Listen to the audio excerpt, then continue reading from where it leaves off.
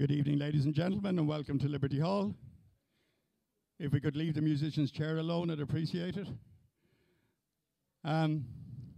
Before we begin this evening's performance, conference, whatever it is, just a few notes. Could you please observe where your nearest fire exit is? And in the unlikely event of us having to evacuate the building, please follow the instructions of our staff. We'd ask you please to turn your mobile phones to silent and advise you that there's no recording or flash photography allowed in this space. Also, the headsets that you obtained coming into the venue, could you please return them to where you got them? Don't leave them on your seat. Don't leave them in your hotel room. Don't leave them in the taxi. Bring them back to where you got them, just outside the door on your right.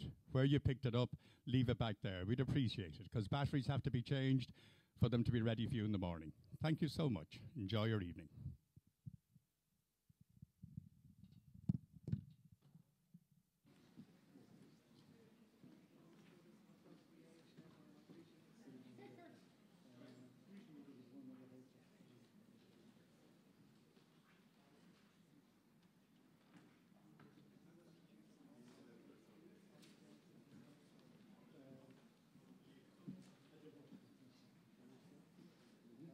I think so, yes. I think so, yes.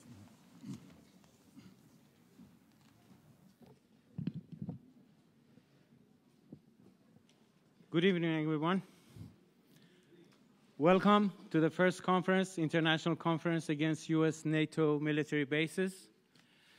My name is Bahman Azad, coordinator of the Coalition Against U.S. Foreign Military Bases, consisting of many, including 15 core organizations from the United States. We are having, for the first time, this conference, and of course, doing it internationally involves a lot of complications. So I'm going to go over a brief description of what we have been doing. But before that, I would like to say that we are honored to have among us Dr. Aleida Guevara from Cuba.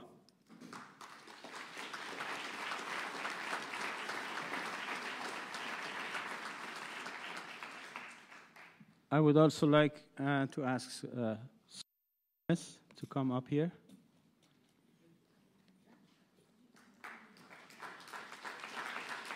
Socorro is the president of the World Peace Council.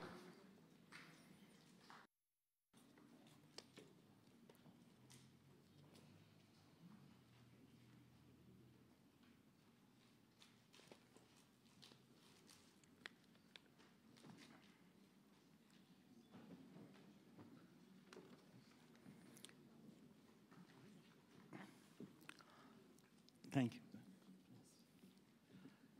Organizing such a conference was not at all easy. We are dealing with a lot of countries, people coming from all over the world, those visa restrictions and all that.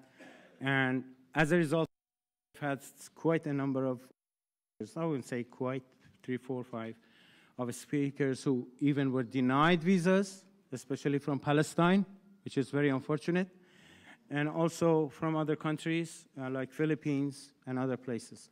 So we may have some changes in the program as it has been printed. There were some changes afterwards that we will announce it as we go forward. There's also another change in the Shannon trip at the end of the conference, which we had scheduled it for Sunday night. It is virtually impossible with the timing of the conference at 4:30 or around that time to finish. And it's a 2.5 hours almost of drive.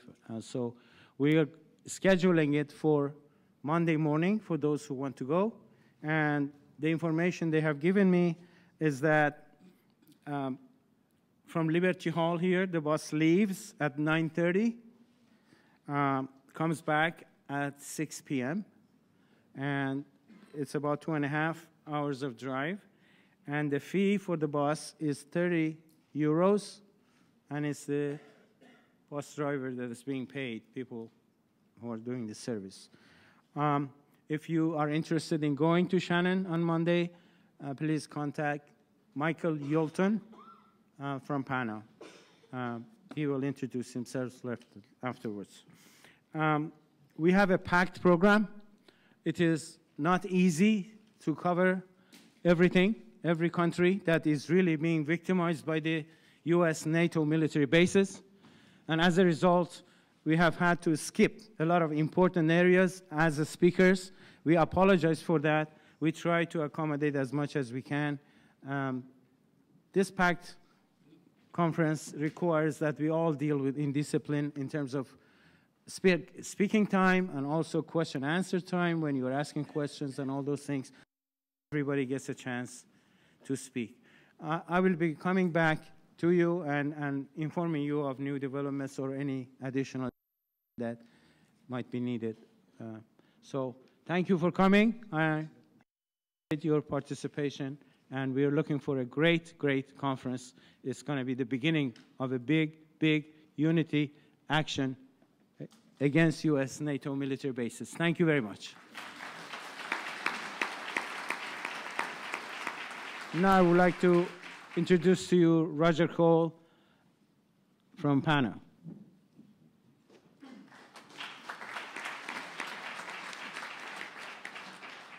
Good evening. My name is Roger Cole. I'm chair of the Peace and Neutrality Alliance, and may I welcome you all to Dublin to this conference. This conference was organised by PANA and the Coalition Against US Foreign Military Bases from the United States, or if the truth be told, it was actually the other way around. We hope that you enjoy the conference, that you get to meet more people and you learn more that perhaps you did before you came. Just historically, for example, the first person to advocate Irish neutrality was Wolfe Tone, long ago as Tone was the founder of the Irish Republican movement, and what he sought was an independent, united, democratic Irish Republic based on the values of Irish independence, Irish democracy, and Irish neutrality, and equality between all. A couple of hundred years you had that tradition, but of course at the same time, a long and deeply rooted tradition of imperialism, primarily to American imperialism, but now more to, in this part of the world anyway, to the European, emerging European empire. So if you like, we're having to deal now, it's bad enough when you're dealing just with British imperialism, but now you're dealing with European imperialism, so it's a bit of fun, I suppose.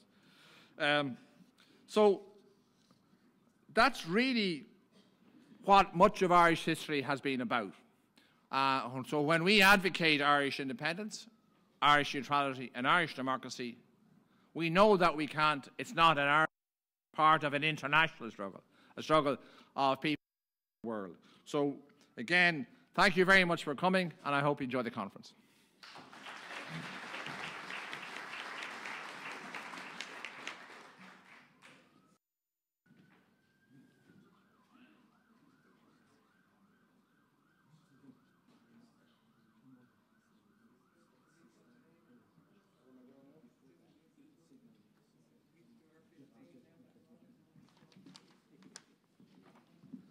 Hello everybody, I'm Edward Horgan. I'm involved with the Irish Peace Neutrality Organisation with Shannon March and Veterans for Peace Ireland. I'll be very brief in what I will be saying. I will be chairing this meeting and coordinating the speakers. We have not far from 20 different people to speak, so we have to be quite severe in times and what it will allow. Just to begin with, if you need a reason doing, I just want to demonstrate here, this is a banner produced in Solidarity campaign of some of the children killed in Gaza in particular. And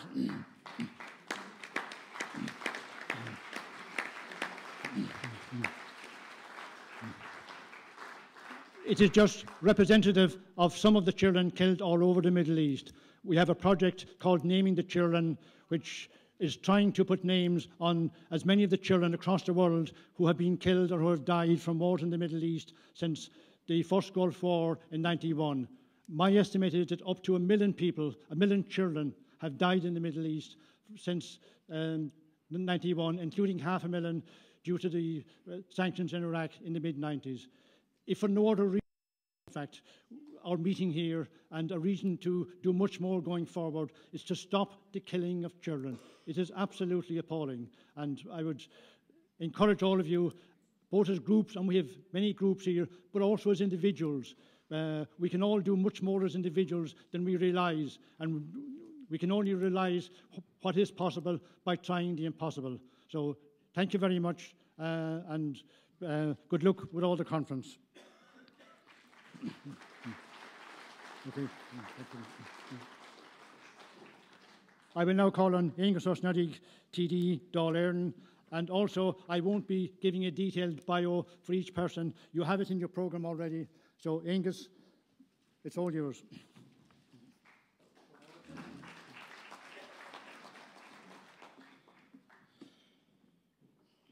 Now, we'll try and figure out how long I'm going to speak for. You want it short or long? Short for long, long. Claire wants a long one, so she can be shorter. Okay. We're in a building here, on a location in this city, which is very, very appropriate for the topic we're discussing over the weekend. As Roger mentioned, James Connolly, the trade union leader, the head of the Irish Republican Army, and before that, the Irish Citizen Army, was the first president of the Irish Neutrality League. He understood the effects of war on the working class, and that's a theme I think we'll hear a lot about throughout the weekend. The effects here in Ireland, but the effects in your communities and those you represent, and those who we'd love to represent, but who cannot be here with us today. But it's even more than just a building associated with the Irish Neutrality League. It's also associated, the site, with the publication of the Proclamation of 1916. 2 years ago, celebration, commemoration, the most audacious attempts to overthrow an empire, which happened here in the streets of Dublin. And from this site, there was issued a proclamation of the Irish Republic. And since then, there's been a lot has happened. But the key thing is that the Irish Republic that was envisaged then has not been delivered now. And in particular, the field of foreign affairs, this state's government has been moving more and more away from what was intended by Wolfe Tone, the father of Republicanism, and also James Connolly and those who took to the streets in the fight in Easter week 1916. So this year marks, this week or last week, marked 100 years after the end of one of the biggest slaughters in world history. It was been celebrated or commemorated, whichever way you think about it, with a lot of ignorance in the last number of weeks. And I think it was appropriate in some ways that the ruling classes that we now have in Europe took the opportunity to reinvigorate their demand for a European army. So you had Angela Merkel, Jean-Claude Juncker, the President of the European Commission, and even the French President, all competing with each other as to what shape the European army would take and how it would compete or not compete, depending on what you were having for dinner, with Donald Trump and the likes. The key reason I'm saying they were celebrating or commemorating with ignorance, because anybody who has a sense of history will understand the misery that war brings. How futile the imperialist war of 1914 and 18 was, and how futile, in many ways, a lot associated with the Second World War were. And the people who will understand that are the victims, the workers, those who are killed, those who are maimed, starved, or forced to live in poverty because their means of production are destroyed. Their fields are contaminated. Their natural resources are stolen, and their health is broken, and a lot more. And if you think of those terms in today's wars, in what is happening around the world, whether it's the Russians, the Americans, or the Europeans, the Chinese, or whomever is dictating the war for resources, that is the consequence. They are robbing small, poor countries in the main of their ability to grow and to prosper and to develop. So what they want us is to set up a rival army to the Russians in Europe or to the Americans so that they can play with their war games. Because the effect never hits home at those who are in charge. They don't understand that the tens of billions or the hundreds of billions that they are diverting away from health research, from education, from food production, or from addressing inequalities in the world. They don't understand that that's the difference between having a prosperous world or not. They don't care because they will benefit. Their friends in the arms industry, which is ever growing, will benefit, and they don't really care. In Ireland, we've had a long history of occupation. Right back, if you want, to time forgotten, if you want. But there was always tribes came to Ireland, different peoples with good intentions, some with bad, and we converted them. So the Vikings came. They raped and pillaged and wrecked the place, and then came again a few centuries later and settled and set up cities which are now prosperous around our coasts because we assimilated them. We learned to live together. We learned to enjoy the fruits of their knowledge and added ours to it. The Normans came, or the Anglo-Normans is probably the appropriate term, because an English pope decided, we're barbarians here in Ireland and we're going to send the English over. And they sent their mercenaries, the Anglo-Normans from Wales. They came, and the English came 3 years later and proceeded to conquer Ireland.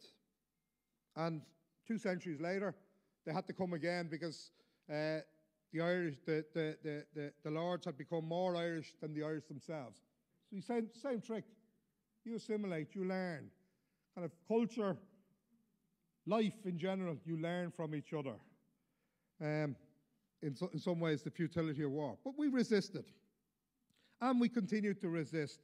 And on each and every occasion, the dominant conqueror, in this case Britain, tried to put us down, set up military bases throughout the country, every which way. This city here, those who live in it will understand what I'm talking about. Those who are visiting, there's 2 canals surround this city. And in the 19th century, towards the end of the 19th century, there were 20 military bases in this city, which didn't even number 1 million people. And it wasn't just to quell the rebellious Irish people, because similar to other bases around the world by the US and others, their aim is to put down the people, but it's also to get cannon fodder. So they press gang people into them, they encourage them, they cajole them, they offer them bribes, and they have that influence. And Dublin, in some ways, was no different. So in the First World War, in Ireland, over 40,000 Irish men died on the fields of France. Such was the slaughter for Ireland, no different to any other country in Europe at the time. but we didn't declare war. We weren't part of the war. We weren't an ally. We weren't one of the Axis. We were a colony of Britain. So that's the context that James Connolly talked about when he talked about the Irish Neutrality League. That's why the banner which was erected outside the building, not this building because this wasn't here at the time, is a different building that got bombed during the 1916 Rising, had a big, very proud banner for trade unionists. We serve neither king nor Kaiser. We serve ourselves. So we have, since that rising, managed to achieve a degree of freedom in this state. But we didn't get rid of the military bases. The British held on to treaty ports, and the British held on to 6 counties, which became the most militarised area of Europe. One of the heliports was the most active military helicopter base in the world for 10 years in a row, if not longer. That's the scale of military bases in this country. We still have them. They're not as blatant as before, but they are still here. The British still occupy part of our country. Claire will follow, and she will outline one of the other military bases that we have in Shannon. And there are those of us who will continue to resist. And the only pity I have is that the 100,000 people who took to the streets here when the Iraq War was declared by the British, is that those 100,000 won't take to the streets today or tomorrow to demand that Ireland butt out of international wars, that we are a neutral country, and that we will help keep the peace. We will help create peace around the world, and that we have a proud tradition of that, but that we are not belligerents, and we will not allow Shannon Airport to be a US forward base as it has been since this government, or a version of this government in recent years, have continued to allow it to. Guramaghif.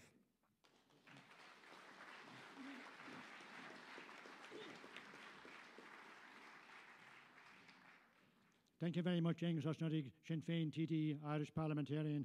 I will now introduce Claire Daly, TD, independent parliamentarian, and also sometime peace activist at Shannon Airport. She's quite good for climbing over fences. So, Claire Daly.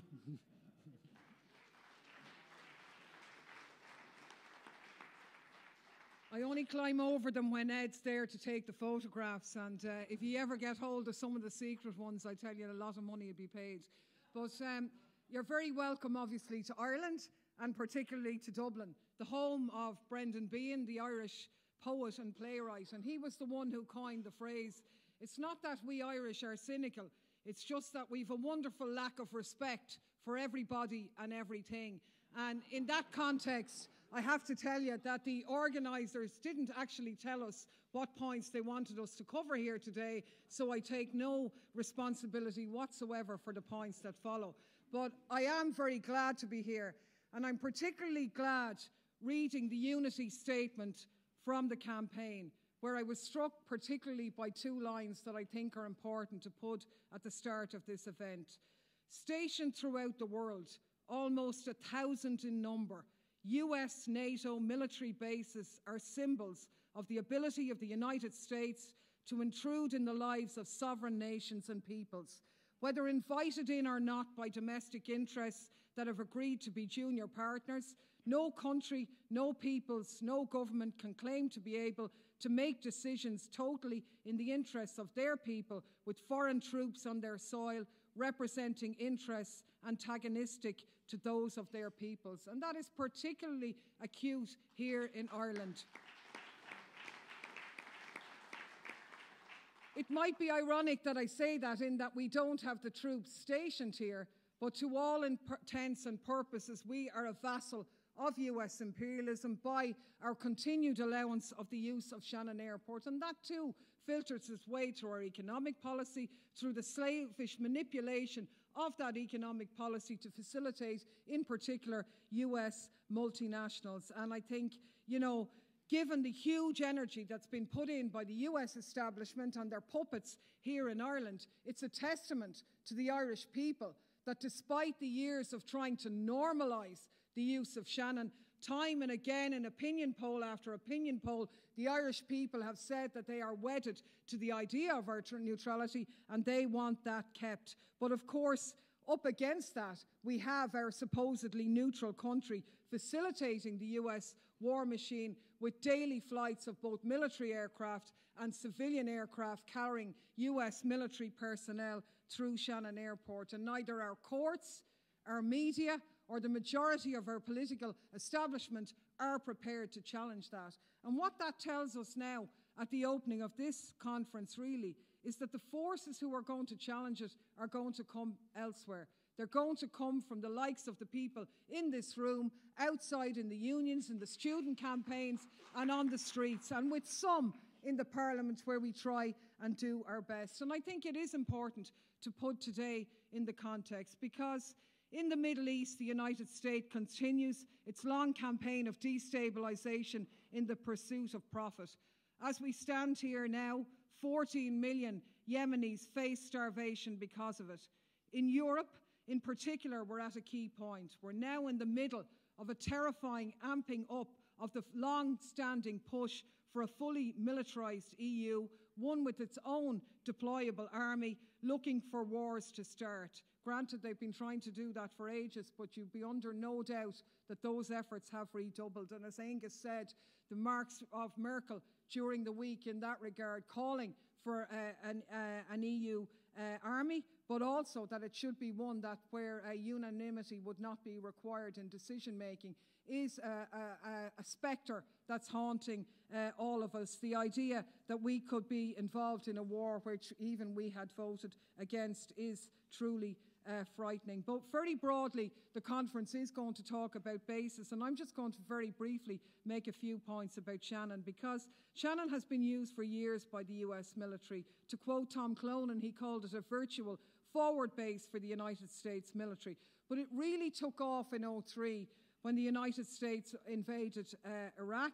And over that year and the next, even the US's extraordinary rendition of prisoners to places like Guantanamo Bay became big news. The Irish government came under big pressure about the use of Shannon Airport. And if you can't remember or don't know about what happened at that time, we're very grateful to WikiLeaks for the release of all of the cables that they've released.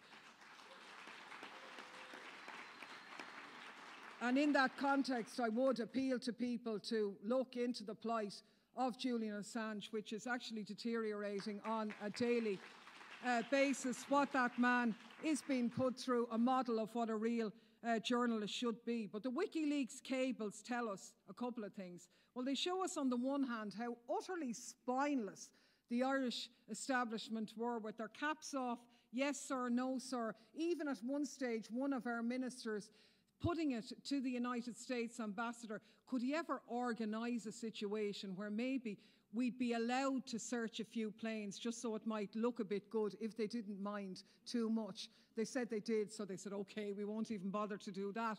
To a situation now where they don't even bother to go through that charade, because it's utter hypocrisy. As a neutral country, military planes should not be traversing through our soil. And for them to say that they come here, and they come here every day, even now, what in God's name do they think that they're doing coming here all that time? And the idea that they're carrying no weapons, not involved in any conflict, is utterly ridiculous. And they say they don't search them because they've got a diplomatic assurance that there's nothing on them, which I have to say I find incredibly comforting, really. You know, of course, while that's going on the military planes, we have the civilian aircraft coming through, bringing hundreds of soldiers every day, being given exemptions to carry weapons and so on. But I think it's key what happened around the time of the Iraq War, because what was going on was a couple of things. On the one hand, the US establishment was pushing the Irish government to see how far they could go, how much they would put up with. And on another side, the Irish establishment was kind of testing the people, see how much the people would put up with without kicking too much. And as Angus said, there were, of course, tremendous movements of opposition from Irish citizens at various stages, but yet they still bend the knee and allow our airports to be used. But on the other hand, we'd have to say, and these are some of the issues that will be grappled with in the coming days, that despite the huge efforts they've gone into in terms of manufacturing consent on Shannon, the fact is that there is still huge disquiet out there amongst the public, and that's very important. And that's the nugget, if you like, that we have to address, that we have to try and work at bringing more out into the open, because it is shocking that on a single day last month, the 10th of October, no less than 7 planes, 7 aircraft on contract to the US military with hundreds of soldiers on board each of them passed through Shannon. And there wasn't a murmur from the political establishment, from the media, from anyone. 61,000 US troops on their way to and from the Middle East were facilitated through Shannon last year. Many of them, we know, regularly take off from Shannon to Camp Lemonnier in Djibouti, from where they launch special forces and drone strikes on Yemen to support the Saudi war crimes. Despite the fact that I bet my house if Irish people knew that was going on, they would find it utterly abhorrent. And, you know, it is a situation which has continued, and it is one where we need to step and redouble our efforts as a neutral country. And that's why, as a Member of Parliament and as an Irish citizen, it's a real honour for us to have all of you here at this first conference, which sadly I don't think will be our last, but it's a very, very important start as well. I think the Armistice Day memorials last week reminded all of us that the young men sent off to war in World War I, a savage industrial slaughter perpetuated by a gang of predatory imperial powers, didn't actually want to go, or half them didn't even know why they were going in the first place. It was a war started by and sustained by people who never had to get their hands dirty, who never pay the price, as they never do. And I think, as Harry Patch, the last surviving UK World War I veteran, put it before his death in 2009, politicians who took us to war should have been given the guns and told to settle their differences themselves, instead of organising nothing better than legalised mass murder.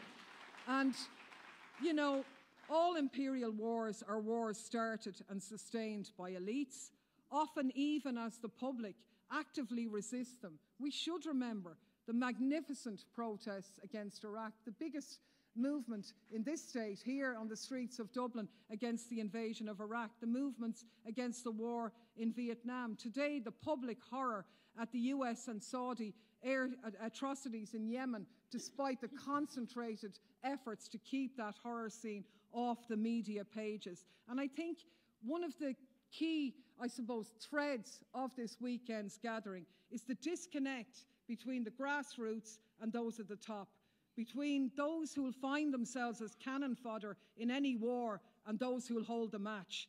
And that's what really, I suppose, provides those of us who believe in peace with an opening. Because, you know, as you all know, Rome wasn't built in a day, but it was started one day. And we are privileged to be here on this day at an event like this. We were at the first one. We can go back and be proud of that. And we're here to share our experiences and to coordinate the efforts that we've taken in order to try and highlight these events. I think if history teaches us that forever and everywhere the public wants peace and it's the elites who want war, then in that scenario, we have a possibility of resistance. You know, it's not easy. Of course it's not easy. When you look at the banner that the lads put on the stage with the slaughter of children that is probably taking place now, of course it's not easy.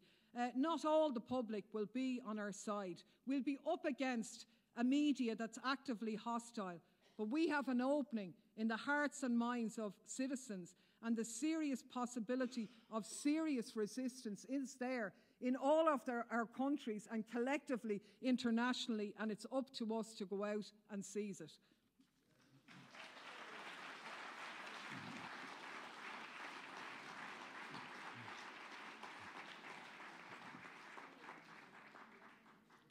Thank you very much, Claire Daly. I will now introduce Sirocco Gomez from Brazil.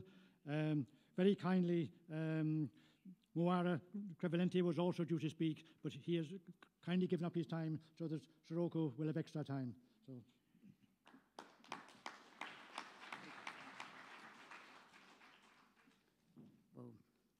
Estimados companheiros e companheiras, organizadores desta conferência, amigos e amigos da Aliança pela Paz e a Neutralidade, PANA, a quem expressamos a gratidão pela acolhida. Companheiras e companheiros das várias entidades representadas que trabalham incansavelmente por uma ampla unidade em nossa luta comum. É uma honra saudá-los em nome do Conselho Mundial da Paz. O diálogo que aqui realizamos hoje é extremamente necessário para afirmarmos pontos de vista convergentes num quadro mundial de agravamento dos problemas econômicos, políticos e sociais, em que se intensifica a ofensiva imperialista, da qual faz parte sua estratégia militarista com o reforço da OTAN e a disseminação de bases militares por todo o planeta.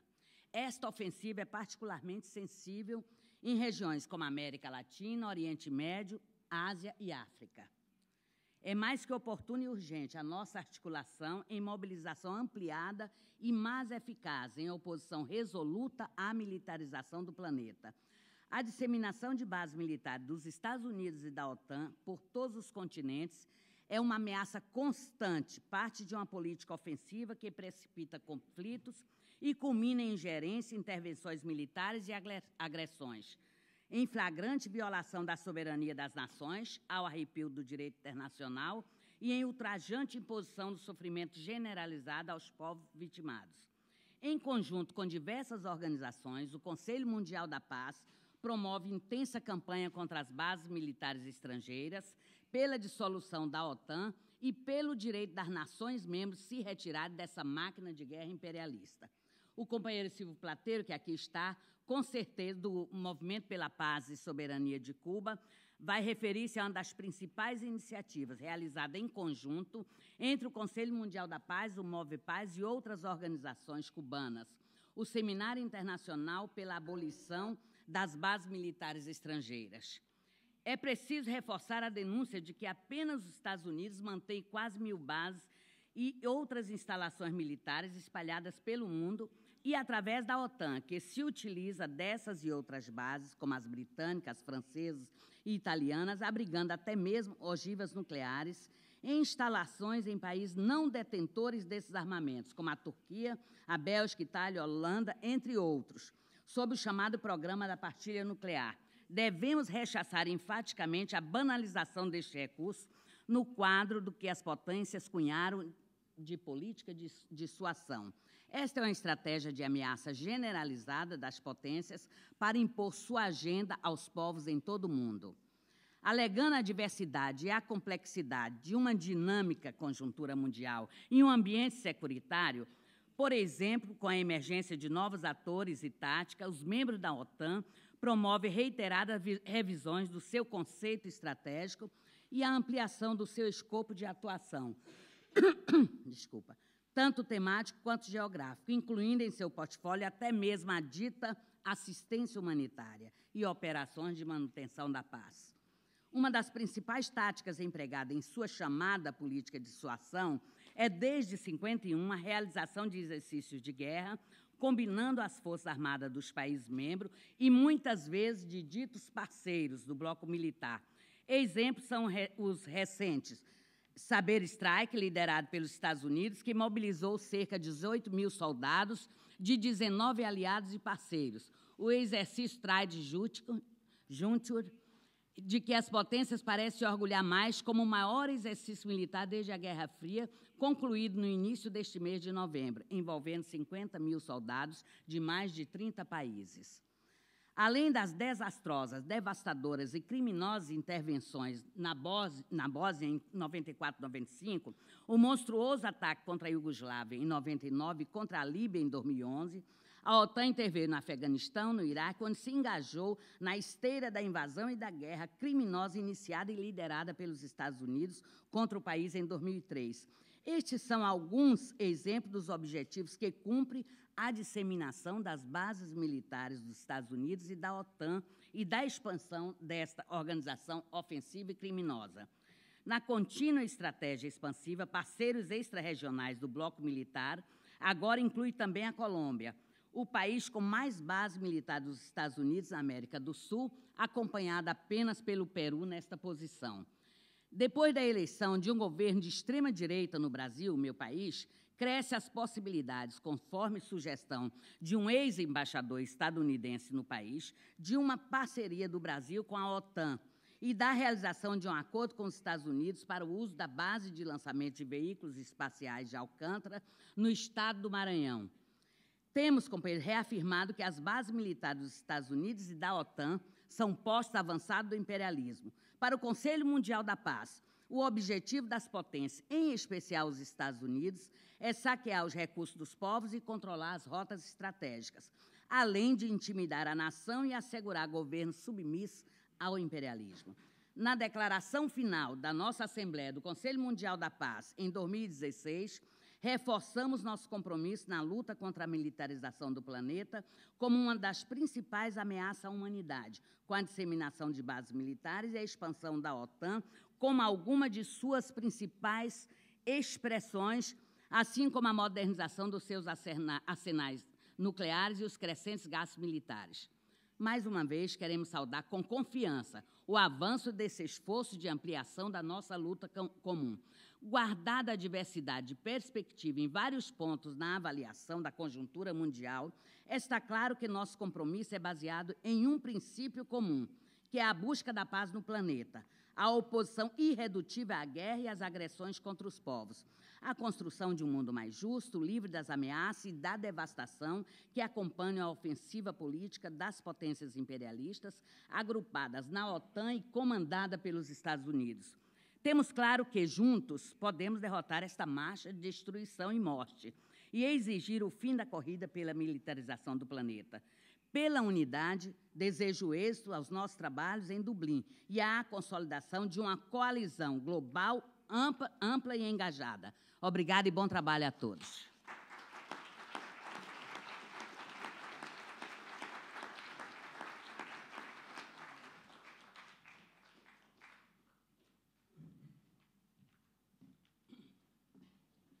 Thank you very much, Sir Rocco. I now call on Mairead Maguire, Nobel Peace Laureate from Belfast, Northern Ireland.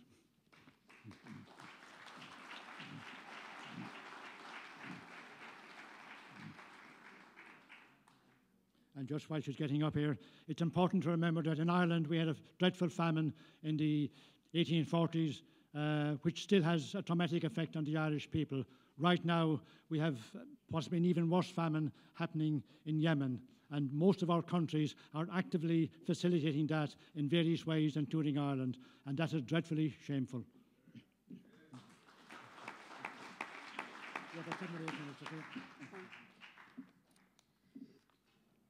Thank you, Ed. Good evening, everyone.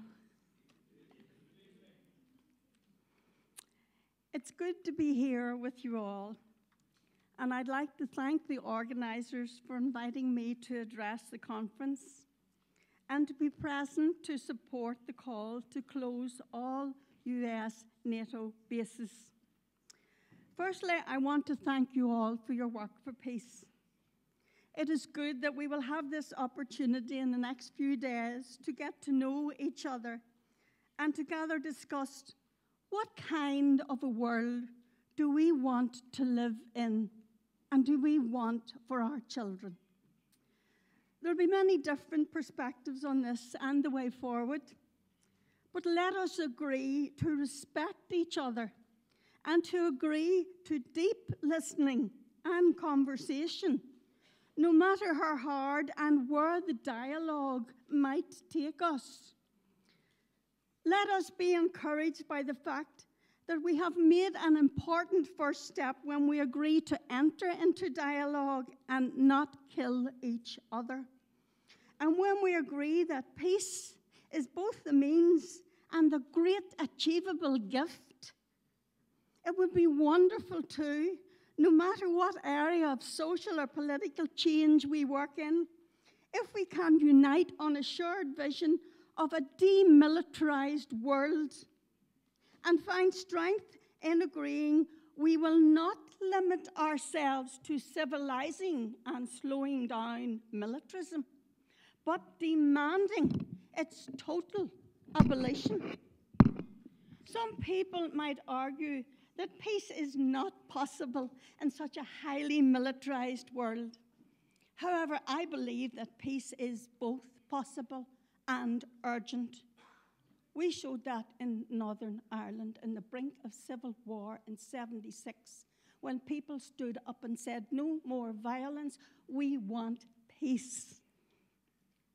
It is achievable when we each become impassioned about peace and filled with an ethic that makes peace our objective, and we each put into practice our moral sense of political and social responsibility to build together peace and justice for our world. To build peace, we are challenged to reject the use of the bomb and the bullet and all the techniques of violence. Unfortunately, we are constantly bombarded with the glorification of militarism, armed struggles, and war. So building a culture of peace and non-violence will not be an easy task. We're hearing about the building of a European army, and we are asked to accept austerity and budget cuts to our healthcare and education everywhere, while increasing money to our own armies and also European military expansion and American militarism. This is our money, our resources. We are being taken off us, not asked for, taken away from our children and our communities. The North Atlantic Treaty Organization should have been disbanded when the Warsaw Pact was dissolved.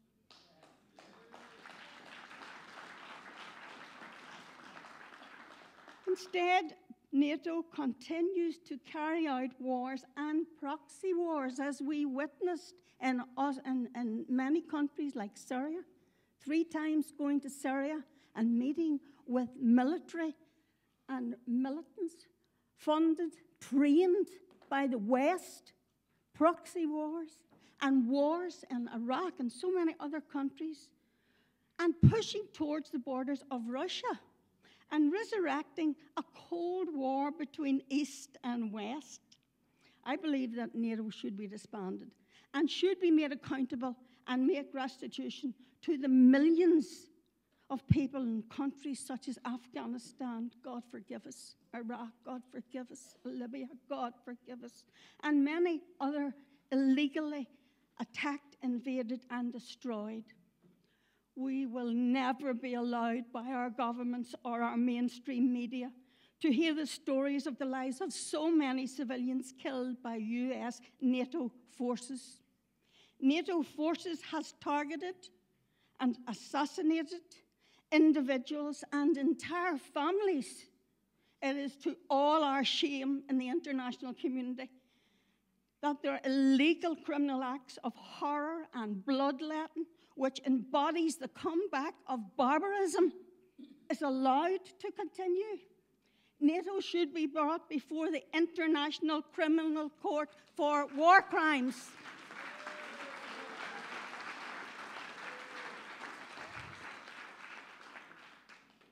It would be all too easy to point the fingers and play the blame game, but unless we all take responsibility for the highly dangerous militarized situation in which we are faced in the world today, things will not get better.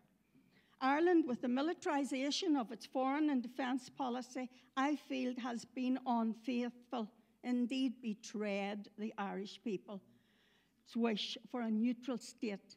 And worse, Ireland has been complicit by accommodating illegal wars. Ireland's peace activists have been peacefully protesting US military use of Irish airports where over 2.5 million armed US troops have passed through Shannon Airport on their way to and from the US, Afghan, and Iranian wars. Not only passing through, treated like heroes and hosts, and it's costing us money to accommodate. The only country in Western Europe is Ireland which accommodated this mass slaughter of innocent people. We must remember that. I believe Ireland should refuse permission to any further stopover and refueling facilities being granted to aeroplanes ferrying troops or munitions to the wars, and also withdraw Irish participation from all NATO and EU military operations overseas. Ireland is deeply admired by many countries and has a proud tradition in helping developing countries. The role as mediators and peace negotiators is well known. I'd like to propose that Ireland disband their army and focus their finance and people on developing their great expertise in the science of peacemaking through a government department of peace, recommitting to its tradition of neutrality and multilateralism, placing ethics, morality, and justice as core values at the heart of foreign policy, would send out a clear message to the Irish government rejecting the use of militarism and war and choosing the road of peace and reconciliation both locally and internationally. And for humanity's survival, we need to move to general and complete disarmament, including nuclear weapons. This is not an impossible dream. I commend the Irish government for their work at the United Nations to work for nuclear disarmament. I believe we can take hope from Pope Francis' statement after pointing out the dangers of nuclear war. He says, the Pope, the threat of their use as well as their very possession is to be firmly condemned. And the Pope says, historic vote at the UN, the majority of the members of the international community determined that nuclear weapons are not only immoral, but are also considered as illegal means of warfare. It is hoped that the United States, Russia, the UK, Israel, and other nuclear-armed states will begin to dismantle their nuclear weapon and to turn the hands of the doomsday clock back. Up to the end of 1961, at the United Nations, general and complete disarmament was the aim of all governments. In a joint Soviet and United States statement at the United Nations on the 20th of September 1961, here's what they said. Let us remember this challenge. The goal of negotiations is to achieve agreement on a program that will ensure that disarmament is general and complete, and war is no longer an instrument for settling international problems. United Nations, all governments in 1961 set out the agenda, which we must follow today for our very survival.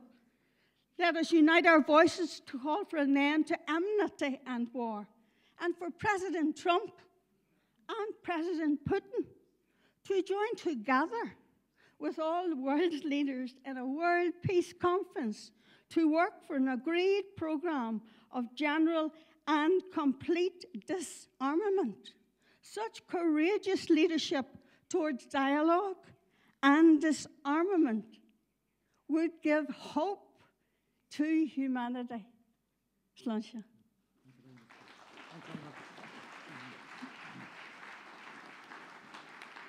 Thank you very much, Mairead Maguire. And also, I would ask future speakers, be careful, don't put your papers onto the computer here because it's actually affecting the translation. And if your translation may have been skipping, it's partly because people were interfering with the computer here inadvertently. Go ahead.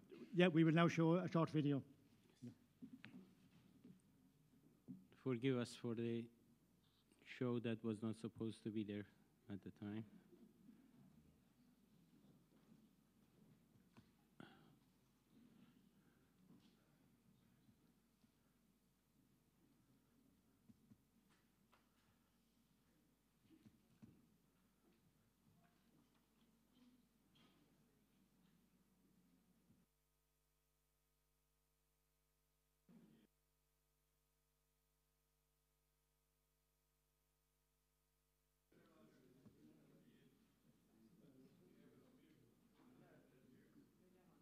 You can hear sound?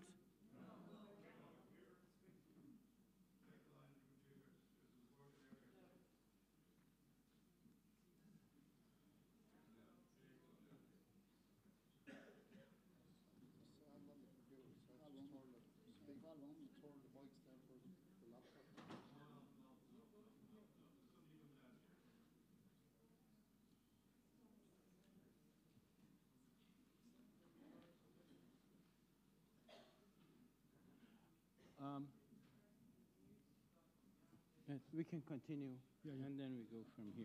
Let me, hold on, let me.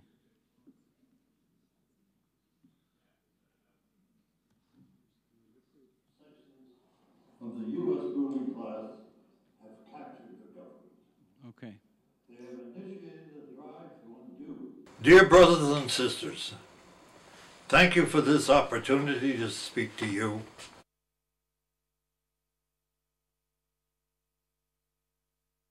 At this historic gathering. Historic because we have come together in unity in the struggle against U.S. NATO imperialist policies. We have put aside any difference between us that inhibits the common goal. The billionaires, the most arrogant, avaricious, aggressive sections of the U.S. ruling class have captured the government. They have initiated a drive to undo all the social gains for which the people have fought for many years. They have instituted a killing budget of 61% of the total national treasure, $717 billion. And this does not include $1 trillion for modernizing the nuclear arsenal.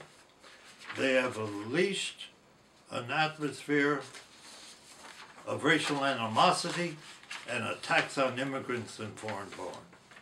This is necessary for the acceptance of policies that have created the largest military institution in the world.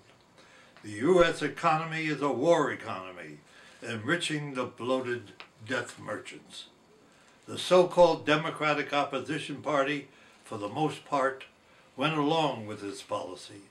In the recent national elections, the issues of war and peace, the foreign policy, was deliberately ignored, not debated by both parties. Cities and states are struggling to provide social services to their people, while the infrastructures are crumbling. The two ruling parties have united on aggressive military policy that threatens world peace. The previous Obama administration moved 60% of the U.S. military arsenal to the Pacific, which the present Trump administration has endorsed. The U.S. is involved in 14 wars. It has a military presence in 183 countries of the 196 members of the United Nations, with over 250,000 U.S. troops at an annual cost of $258 billion to guarantee its global military, financial, and political dominance. U.S. battleships sail in all the waters of the globe, armed with nuclear weapons, prepared for immediate response. Millions of people, hungry, homeless, desperate, have been fleeing their countries as a result of U.S. interventions and collaboration. The U.S. has withdrawn from two major anti-nuclear weapons treaties. It has withdrawn from an agreement with Iran and its allies, creating an inflammatory situation. It uses its economic dominance to impose sanctions on many countries, sanctions that affect the living conditions of the people. Its presence is to prevent the struggle of the peoples of the world for national independence, sovereignty, and choice of their national identity. They openly threaten military action against Venezuela, Cuba, and Nicaragua. The U.S. is deeply involved in supporting undemocratic regimes in South and Central America. We, the peace movement in the United States, recognize our historic responsibility of international solidarity. We fully recognize that the main threat to world peace emanates from U.S. imperialist policies. We fully understand the complicity of the leadership of countries who have chosen to be junior partners. We know we cannot stop these policies alone. We need a united global peace movement. This is a responsibility that history has placed before us. We have taken the first steps by coming here together. We must alert our peoples. Abolish U.S., NATO, foreign military bases for world peace. Thank you, brothers and sisters. Forgive us, this was Alfred Motter, President of the U.S. Peace Council, who actually conceived the idea of forming a united front against the U.S. and NATO military forces long time ago, which resulted in our first conference in the United States in Baltimore in January. Many of you may have seen it. So he was the inspirer of the whole thing, and he could not travel because of his age. He's not allowed to travel long distances. That's why he recorded this message.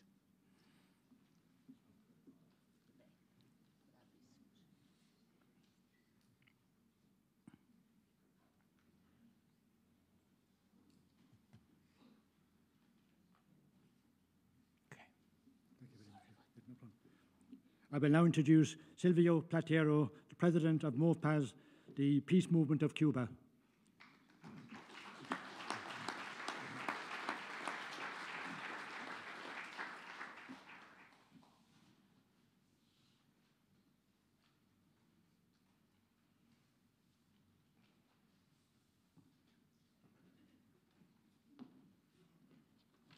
Thank you very much.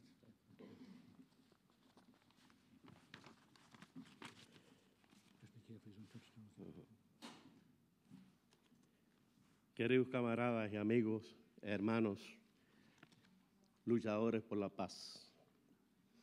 Traigo el saludo de paz del pueblo cubano y su compromiso reiterado de continuar luchando por un mundo mejor, sin amenazas nucleares, sin amenazas de guerra e injerencismo imperialista.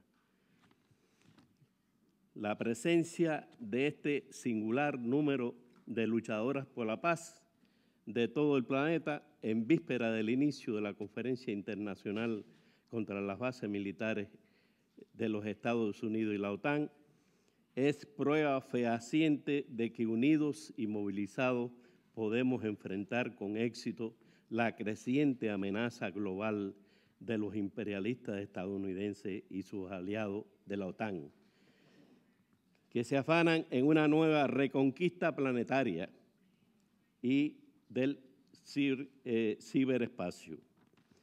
La nueva ola conservadora y neoliberal que se introniza hoy a escala global es el resultado del ascenso al poder en los Estados Unidos de los grupos ultraconservadores y neofascistas que pretenden extender e imponer su política de dominación y vasallaje sobre todos los pueblos del mundo.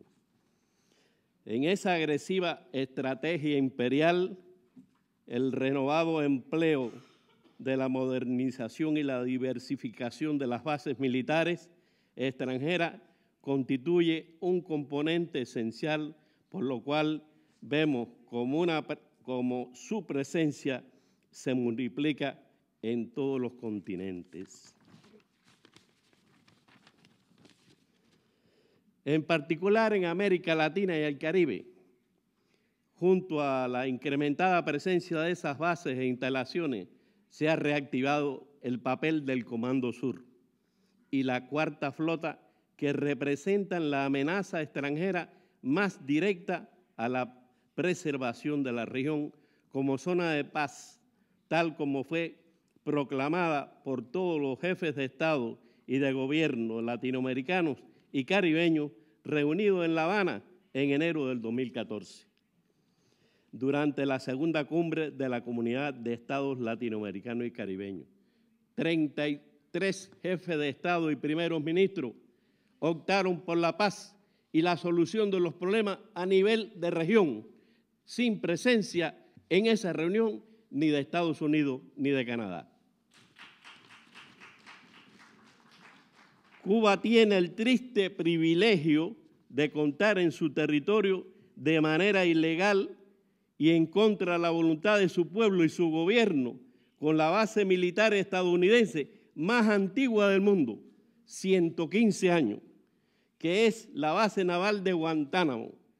La devolución de la parte de este territorio cubano ocupado por esa instalación constituye, junto a la demanda del levantamiento del bloqueo financiero, económico y comercial que por más de 5 décadas Estados Unidos ha impuesto contra el pueblo cubano, uno de los reclamos mundiales de todos los pueblos y gobiernos amantes de la paz.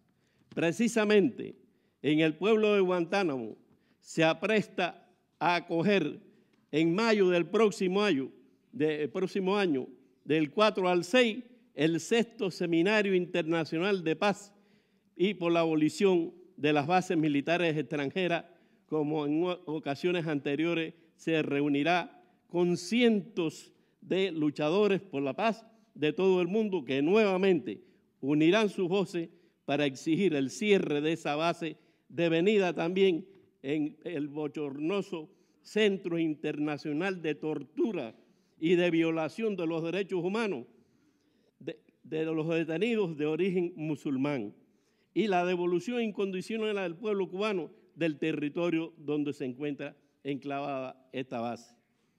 Han sido en estos seminarios donde se han lanzado diversas iniciativas globales para la lucha de los pueblos y contra las bases militares, muchas de las cuales se materializan hoy. Esto es un anhelo de todos el pueblo cubano y de todos los luchadores por la paz de América Latina y el Caribe, lo que está sucediendo esta noche aquí. Hoy se materializa por el Consejo Mundial por la Paz, por PANA y por todas las organizaciones de paz aquí presentes, así como también el reconocimiento de tener un Día Mundial de la Paz contra las bases militares. Y nosotros hemos propuesto que sea el 23 de febrero, que el día que se firmó por parte del gobierno de los Estados Unidos y el títere presidente que había en aquellos momentos en Cuba, el asentamiento del alquiler de la base naval de Guantánamo, la cual ya tiene 115 años que no existe convenio legal que realmente la mantenga jurídicamente a favor del gobierno norteamericano. Es un capricho, es una forma de demostrar su prepotencia y la no aceptación de tener una pequeña isla que es revolucionaria, independiente y por siempre será independiente.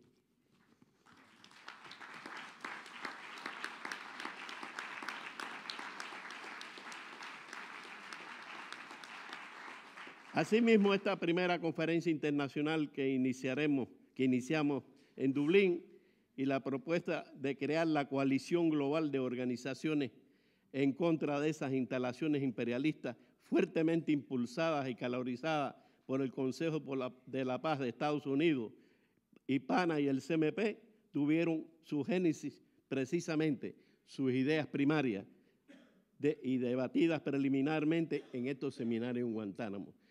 Hay aquí actores directos como Henry Bachmann, el propio presidente del Consejo de Paz de los Estados Unidos, que lo vimos en el video, que tratamos de hacer esto hace años antes, pero las condiciones eran necesarias, primero crear lo que se hizo y lo estamos haciendo esta noche. Estamos seguros que al calor de estas iniciativas y la aplicación creativa de acciones movilizativas en todas nuestras naciones, lograremos multiplicar el reclamo por la desaparición de la base militar de Guantánamo y así como todas las bases militares que existen en el mundo y propinar así un duro golpe a los empeños imperialistas de imponer su dominación global. Muchas gracias.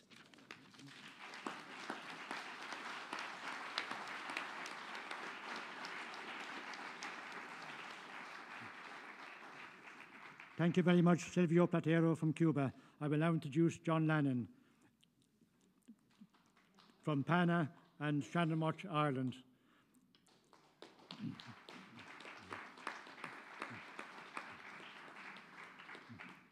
Anne Wright also sent her apologies. She's involved with Veterans for Peace in the USA and Code Pink.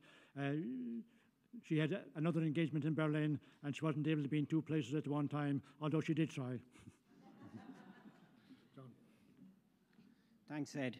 Shannon Watch Ireland, I like that. It implies that we're going to expand and we're going to be more than Shannon Watch Ireland in another while. Why not indeed? It's good to be here. I know some of you from Baltimore. I was fortunate to be at the precursor to this conference there last January. I know some of you from Ramstein standing at the barricades there outside that monstrous base where so much killing is orchestrated from. And I know some of you from Shannon, where we spend a lot of cold, wet hours just protesting against the little military base that we have there. It's still significant. It is a US military base. Of course, as others have said, we claim to be a neutral country, but Ireland will hitch itself to any imperialist power, it seems, until the people say, stop, no, we're not doing that anymore. So Shannon has, as I said, become a military base. For many decades, it was seen as a stopover point between Europe and the US. And perhaps Donald Trump has something in mind because he does have a golf course down beside Shannon Airport. Maybe he's planning something to reestablish it as a gateway. We know, as going back to what Claire said, back in 2002, 2003, the Irish government at the time took a decision to provide landing and refueling facilities to the US military there for their illegal and appalling invasion of Afghanistan, which they used the UN resolution to try to justify, Resolution 1368, I believe it was. And as others have said, close to 3 million US troops have come through since then on planes that are, in some cases, officially classified as civilian, in other cases are classified as military. So we see mid-air refuelers. We have to ask what are they refueling and where are they refueling them. We see transport planes. We see all sorts of things coming in and out of the airport. We also know, of course, that Shannon Airport was used as a stopover for rendition flights. The Extraordinary Rendition Program used Shannon quite extensively over the years. And we know from the most recent report, even that from North Carolina and the Stop Torture now campaign that has been running there, that it was so. One of the main companies, aero contractors, that came out of North Carolina and was being used by the CIA, had planes that stopped regularly in Shannon, and we've documented those over the years. That's something we've been doing going back now for over a decade, is systematically documenting all of the planes that come through Shannon, all of the US military planes, the military contracted planes, the suspected and the known CIA planes. So we've got quite a lot of data, and someday it will be useful. But sometimes I said, that the little base, the military base that exists at Shannon is real, but sometimes I wonder, is it real? Is it just a figment of my imagination? Because it kind of seems to be happening in another parallel universe. Because if you go to the Shannon Airport website, you see no mentions whatsoever of it at all. You see nothing about it. They do reports, they do statistics about the numbers of planes, the number of passengers that come through. Never a mention of any of the military stuff at all. The mainstream media, not a whisper at all, unless somebody like Claire Daly TD takes the time to go down there and go over the fence. Which highlights the importance of having allies in our campaign, because we've been, as I said, campaigning for Shannon, and has been said for close to 2 decades now, and we have had a lot of allies that we've been very grateful for in Parliament, 2 of them here today. We've had others as well. We're grateful for the international support as well. And we know, as others have mentioned, that the majority of Irish people do support Irish neutrality and do say that the US military should not be using Shannon Airport. There was a poll conducted in 2016 that confirmed that. Yeah, we know that, you know, the words like peace and security and the maintenance of peace and security are mentioned quite a lot in Ireland's foreign policy. So is the protection of human rights. That's mentioned quite a lot. You know, and basically what we're trying to do is to achieve those goals. And we know that a lot of us campaign on a daily basis, you know, at a micro level. We fight injustice. We advocate for those whose rights are denied or being violated. We insist that everyone is treated with dignity and respect. And here again, this is an area that Ireland has been deficient as well, as people flee from the wars and the persecutions and the damage that we're doing to climate and the environment, and come to someplace like Ireland to seek sanctuary. They are not being treated the way that they should be. They are not being treated with the dignity and the respect that they should, or being provided with the sanctuary that they deserve. After all, we did create the wars that caused them to be here. So we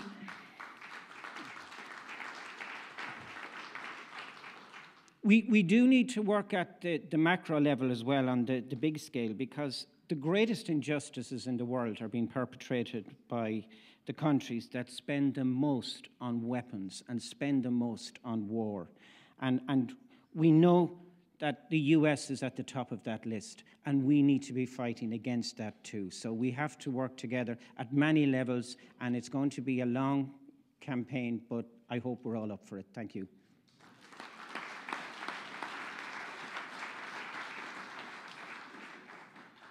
Thank you very much, John Lennon. And just a further reminder that on Monday, if enough people are interested, there will be a bus going to Shannon, leaving about 9:15. Michael Hewton will be coordinating, but he needs to know in the next day or two.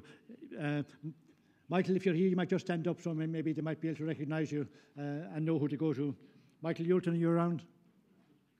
Okay, not at the moment, but make sure you make contact with Michael and let him know if there's enough people interested. I'll now introduce David Webb, Chairperson, Campaign for Nuclear Disarmament, UK.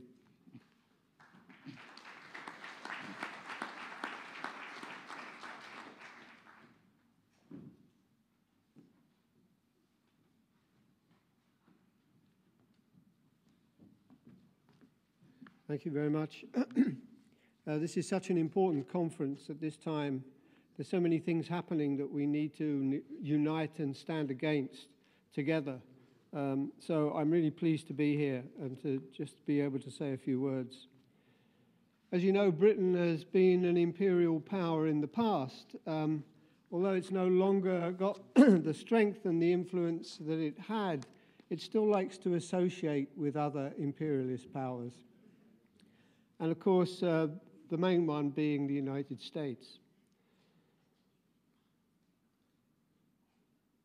We say in Britain, or at least the politicians tell us, that we have this special relationship with the United States.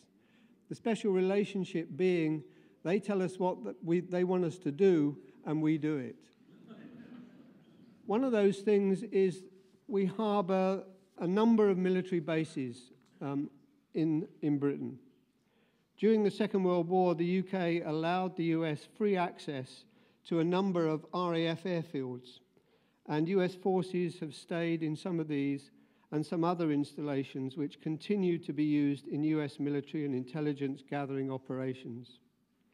After World War II, the United States Air Force remained as part of the United States Air Forces in Europe.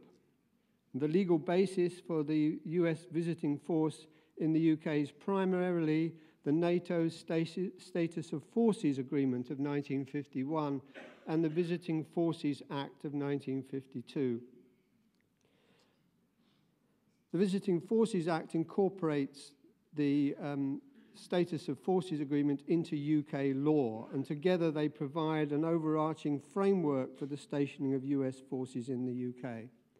And of course, in the past, the UK has stationed its nuclear weapons in Britain.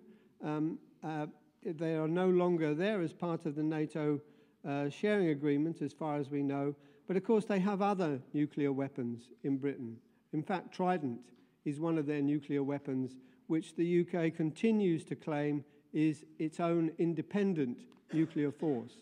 But of course, considering that we actually lease the missiles from the United States, and the fact that the warheads are based on an American design, and we work very closely with the Americans and nowadays too with the French to develop the warheads, we can hardly say it's particularly independent. Also, it's not really believable that the British Prime Minister would launch a nuclear weapon without first of all consulting and getting permission, really, from the US President. So it's not independent, and it's really an American system. But Britain, still likes to be considered as to be an imperialist power. It clings on to these nuclear weapons as part of that wish to be a world leader, to be something special. But I'd also like you to draw your attention not only to the nuclear weapons and the nuclear bases in Britain, but other forms of bases. Bases come in different forms, and the presence of the military comes in different forms. Not only are there armies and tanks and so on that you usually associate with weapons, but there are a number of other types of base. Consider, for example, nuclear aircraft carriers. They are actually movable bases that can be moved around the world where required. Britain has just spent billions of pounds on building 2 of these. And the United States, of course, has many. But there are other bases too, other forms of imperialism, other forms of militarism. And they are, the ones I'm particularly thinking of are surveillance bases, spy bases. And Britain is very happy to indulge with America in this particular system. As you probably have heard, after the Second World War, or during the Second World War rather, 5 countries got together to share their intelligence between them, their intelligence gathering systems. That is Britain, America, New Zealand, Australia, and Canada. They became known as the Five Eyes because they worked very closely together. The surveillance and the secret agencies of all of those countries worked extremely close together in sharing the information. Well, after the Second World War, that didn't disband. In fact, it grew. And now those countries have gone from 5 eyes to something like 35 if you count all the other countries that are involved in the huge global surveillance system that is the US basically spy systems and surveillance system. And it affects us as individuals because it's us they're actually spying on. They're intercepting our emails, they're listening to our phone calls, our mobile phones, etc. They're intercepting messages that we send to each other. And that can affect our campaigning, of course. So we have to remember that. I'm sure we all do when we're trying to plan something, that other people are listening, other people are trying to find out what we're doing. And this enormous global system is part of another campaign that I'm involved in, the Global Network Against Weapons and Nuclear Power in Space. This is based basically in America with Bruce Gagnon, who many of you probably know, who lives in Maine. He has really put together a huge global network of groups that campaign in their own countries against the bases that are there that form part of the US, basically the US military system and the space system. You obviously will have heard that President Trump wants to initiate this new sixth armed force of America, the Space Force. Well, this has been on the cards for many years. It's no surprise to many of us who have been campaigning against this for quite some time. It seems that the military is moving into space because space is the military high ground. From space, you get a global view, you get a global reach. And the kinds of things that are being developed now or being considered to be developed, things that have really been cast aside since Reagan's time when he first, or at least his administration first introduced them. Space-based lasers, for example. Missile defense-based missiles to use for missile defense systems, and so on. So these kind of projects are now being brought back into the mainstream, with being funded by thousands and millions of dollars, of course. You may have just read the report of a cost of war project at Brown University, where they say that the US, since 9/11, has spent something like $6 trillion on the war machine, on fighting war, so-called war against terror. It's also been responsible for over 500,000 deaths. So we have a lot to fight against. This is a huge, powerful machine which we're trying to combine to fight. We need all the resources that we have, all of the people that we have. So it's really a great privilege and a great honor to be part of this meeting that brings all of us together. And I'm sure, as somebody else has said earlier, we will be meeting again and again to show our protest at what's happening in the world today. Another thing that we need to consider very seriously, and maybe we can talk about tomorrow more, is Trump's removing himself, or removing the country, removing the US from the INF Treaty. This was something that was achieved back in the 80s by thousands of people, hundreds of thousands of protesters on the streets, round the bases in Europe, to protest about the cruise missiles, about the Pershing missiles that were installed there. They were got rid of because of that protest. And that's the kind of protest we have to mount once more to get rid of US, NATO, and all foreign military bases from the planet. Thank you very much.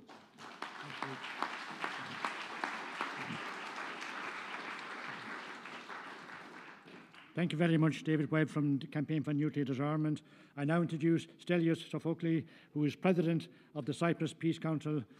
I know Stelios has a particular interest in the large British base in Akrotiri, which has been used almost on a daily basis for bombing in Syria and elsewhere. So, Stelios, they're all yours.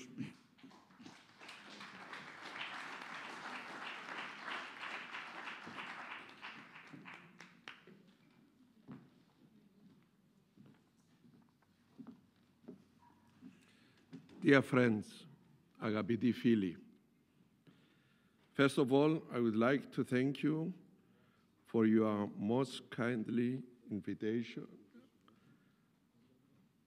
to participate of this timely discussion against NATO USA military bases hosted by the Peace Neutrality Alliance PANA.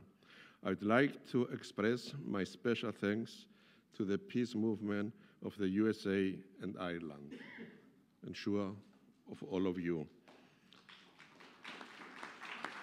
At the same time, I would like to convey the best wishes of the Cyprus Peace Council for a fruitful exchange of views regarding the current state of play in a world which is poked into a serious, if not unresisted crisis. The increase of exploitation, oppression, and conflicts is immense. Despite efforts to silence that is happening all over the globe and numb the conscience of the people, the truth is blunt. Our world faces today the threat of huge catastrophes, the disastrous consequences of which are impossible to limit to the national borders of the war zones and of the countries suffering from extreme poverty and disease. Additionally, despite the demagogue of the capitalist leadership, they consciously attempt, in the name of manufactured threats, to turn back the social and national emancipation of the last century, to control the masses and defeat any voice in action of resistance to their aggressive policies. This is actually true of the country where I come from, despite the mere fact that Cyprus is geographically distant to the Middle East, whereby everyday people die and suffer of war, hunger, and disease, whereby people are constantly made refugees, whereby children are deprived even of their last belonging, that is hope. Our government incidentally manipulates the public opinion in Cyprus. Syria and Palestine, for example, are not an issue to this government. On the contrary, while not we strive to explain to the people what is actually happening in our war-torn region, and that nobody is left unaffected by the disaster that is taking place, whilst we make every effort to explain which are the roots and causes of foreign interventions, of the arms race and the aggressions against neighboring sovereign states, of the brutal attack and murdering of innocent people. Our government signs security agreements, so they say security agreements with the Israel government, purpose to find channels of cooperation with NATO, and most lately presents not to have known of presence of functionally of US military helicopters in the areas of the so-called sovereign British bases in Cyprus. Last week, ABC News published a statement from the State Department that they spent yearly from 2013 to 2017 more than $20 million every year for these bases. Against this background, we remain committed to defy militarism, starting from our country and through supporting the common struggles of the World Peace Council. We thus remain committed to fight against the expansion of militarism in all its forms, to counter NATO's effort for global dominance, which is facilitated by the EU, to stand against the militarist policies of the EU, including the alleged creation of the EU Army, and of course, for the termination of the presence and expansion of foreign military bases. The role of the Cyprus Peace Council has always been to defend the will of the progressive, non-nationalist people in Cyprus, in both communities, Turkish and Greek Cypriots, for self-determination and for all independence and demilitarized Cyprus. Unfortunately, the London-Zurich Agreement, which gave the Republic its independence, compromised both the sovereign and the territorial integrity of Cyprus. Despite the granting of independence, Britain, with Turkey and Greece, were made guarantor powers, whilst Britain secured for itself a strong military presence on the island through the establishment of military bases occupying a significant percentage of the territory of Cyprus. Hence, when we speak of the need for the demilitarization of Cyprus. This must provide not only for the withdrawal of the Turkish troops, but also for the removal of the British bases immediately. The reaction of the left progressive movement in Cyprus to the establishment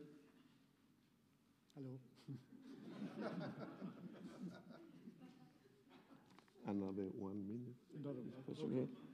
Sorry. The reaction of the left progressive movement in Cyprus to the establishment of the British military bases is our country through the Zurich-London Agreement was immediate. Their legal status is disputed, and their presence as such compromise our vision of the world as a community of peaceful coexistence and cooperation. Thank you, and I promise you that we shall fight all the time that Cyprus and the whole world will be only for the peaceful people, and we shall fight against all the bases in our countries, and especially of the use these bases to attack other people. Thank you.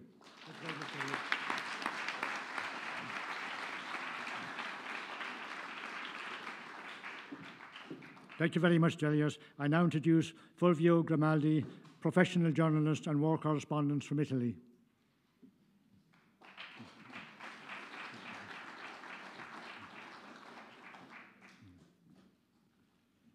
Do we have Fulvio? Yeah, go on, no problem. Yeah.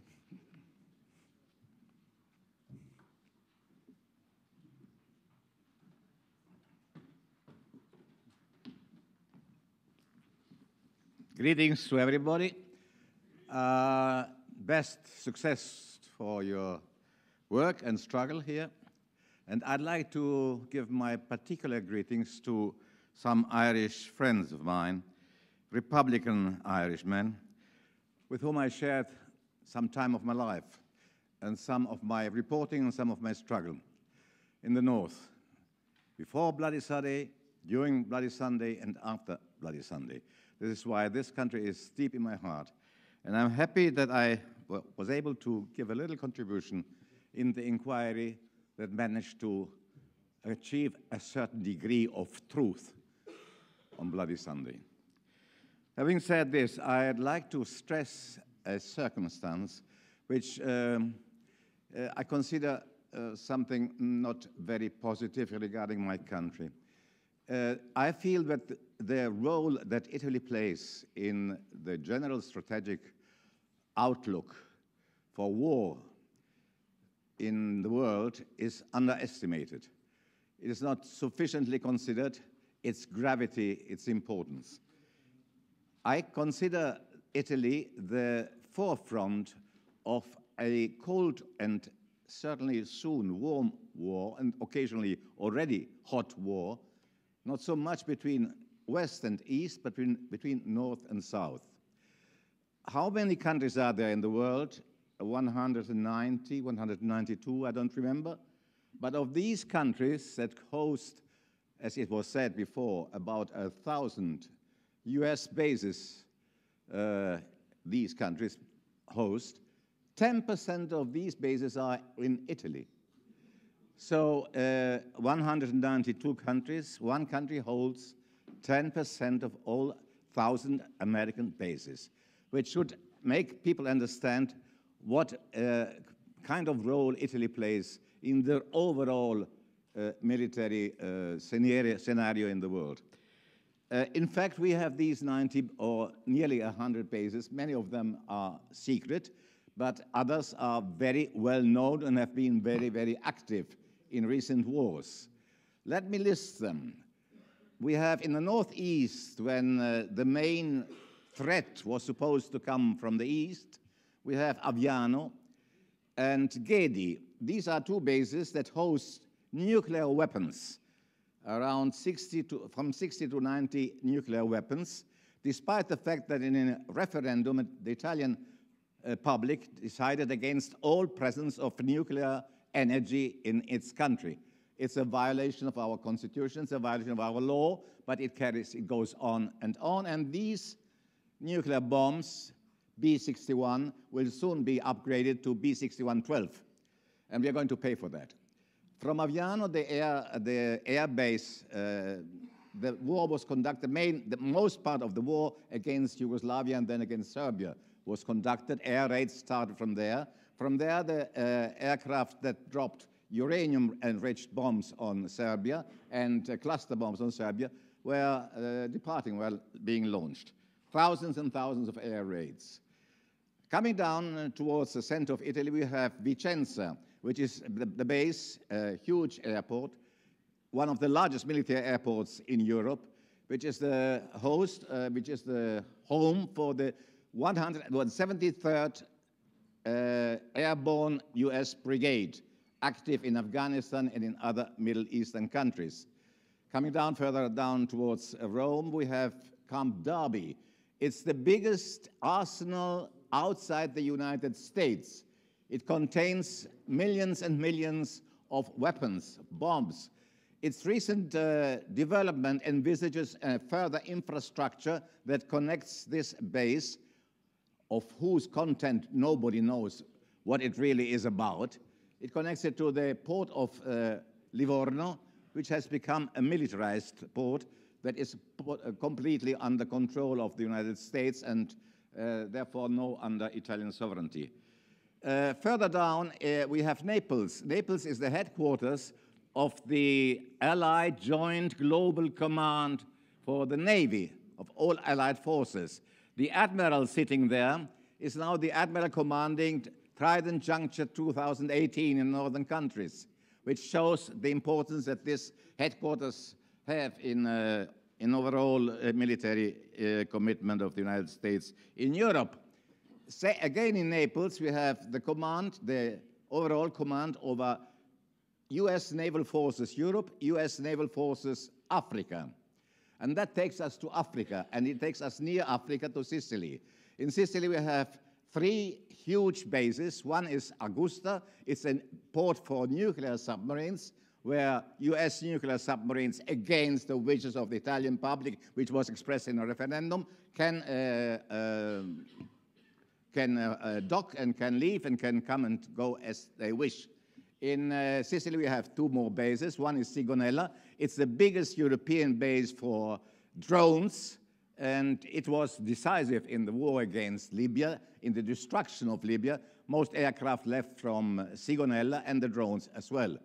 Near Sigonella, 20 miles from Sigonella, we have Niscemi, where MUOS is being based. MUOS means Mobile User Objective System, which is the most advanced command and coordination and control system of the US Army in the world. It consists of 4 stations, one in Virginia, one in Hawaii, one in Australia, and the one in Niscemi, Sicily. It's a very powerful system of control. It's a satellite system linked to 4 geostationary satellites that control, command, and coordinate all military movements of the United States all over the world. And it has caused an enormous damage to the population of nearby Niscemi, about 12 miles away, with a constant flow of shooting of electromagnetic pollution against the population of this town, which is suffering of an increased rate of cancer and lymphomas and similar things that stem from this kind of electronic waves. Then we have Sardinia, the island. It is considered the most beautiful island of the Mediterranean, and it certainly is the most rich in military presence, in military subserviency. We have about 6 military bases there, NATO and US, and all of them are also firing ranges. One of them is called Salto di Quirra, and it is a firing range that is at disposal of all 29 NATO countries and of many industrial companies that produce weapons and chemicals. And there, in these firing ranges, experiments are being conducted of new explosives since the 50s, uninterruptedly for the past 70 years. all countries that belong to NATO can make their exercises, practice their exercises in these firing ranges. The effects of these firing ranges have been disastrous for Sardinia. Only in the province where this firing range, Salto di Quay, exists, it's a province called Ogliastra. We have had dozens and hundreds of deaths due to the effects, to the pollution, to the contamination of the explosives that have been carried out in this firing range. It's an agro-pastoral area where the economy is based on cattle raising and shepherds. 80% of the shepherds living in this province have died, and the cattle, not to speak of the cattle, because of the effects of these experiments on explosives. We don't, as I said in the beginning, the role of Italy as a forward, as an aircraft carrier in the Mediterranean, to control the Mediterranean, but much further than the Mediterranean. Africa, North Africa and the whole of Africa and the Middle East. The MUOS base in Nishemi is the one that controls, as I said, movements of military across the full spectrum, the full planet, and especially Africa. We should consider the importance that Italy has as regards to the penetration of the United States into Africa. The North-South confrontation, North-South cold and hot war that I mentioned earlier, that should be very much present in our psychosis that we have, justified psychosis of our East-West war. Italy is there in order to make sure that the penetration of the United States, both military and economically, functions and is under control, and that no government in Italy may arise that should somehow put an obstacle to the total subserviency, military subserviency of the country. Once this happened in the past, we have had immediate effects. You might remember our Prime Minister Moro, who opened up to a friendly relationship with the Arabs, was done away with by the so-called Red Brigades and killed. We have had another Prime Minister called Craxi, who tried to antagonize the Americans in blocking the arrest of a Palestinian leader in Sicily, and was done away with and had to flee the country and was subjected to all kinds of trials and so on, and was finished. So whenever something happens in Italy that might subvert this condition of our being a client state, is provokes some extraordinary reactions, mostly by terror. We are the country that has been the most impressive example, laboratory for terrorist provocational activities.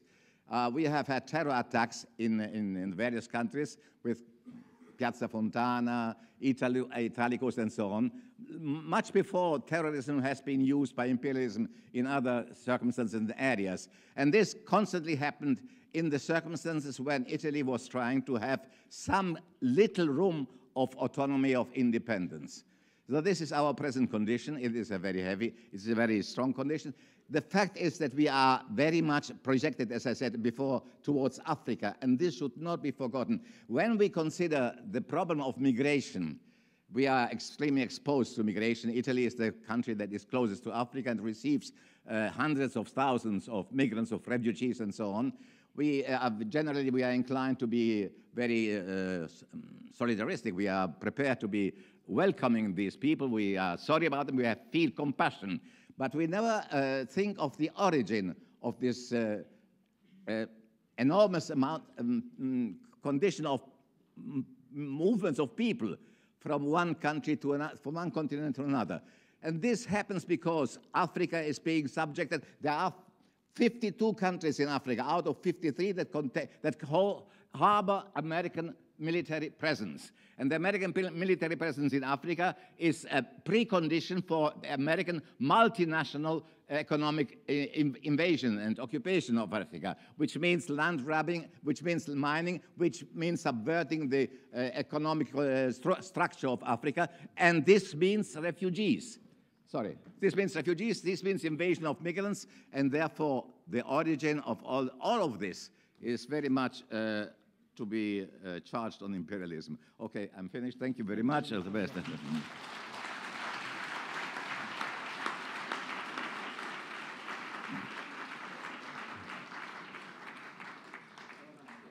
Fulvio mentioned the East-West divide. In this present world of ours, there should no longer be a North-South divide or an East-West divide. We all live in one world.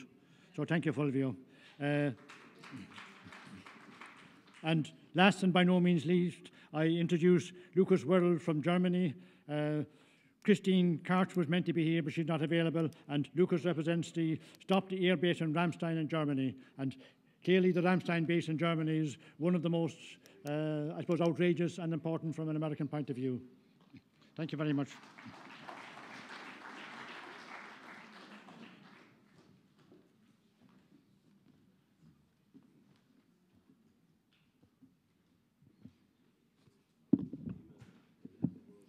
Yeah, hi. I would like to firstly extend greetings from Christine Karch. She called me this morning. She has a heavy flu and has a high fever. So she would like to thank the organizers for inviting her. I pass this on and would like to say greetings to all of you. I would like to say a few words to Airbase Ramstein, and having an Italian speaker, Fulvio, before me, we also had lots of military bases in East and in West Germany. And at one point in time, with the end of the Cold War and the fall of the Berlin Wall and the reunification, we got rid of most of them, but US military bases.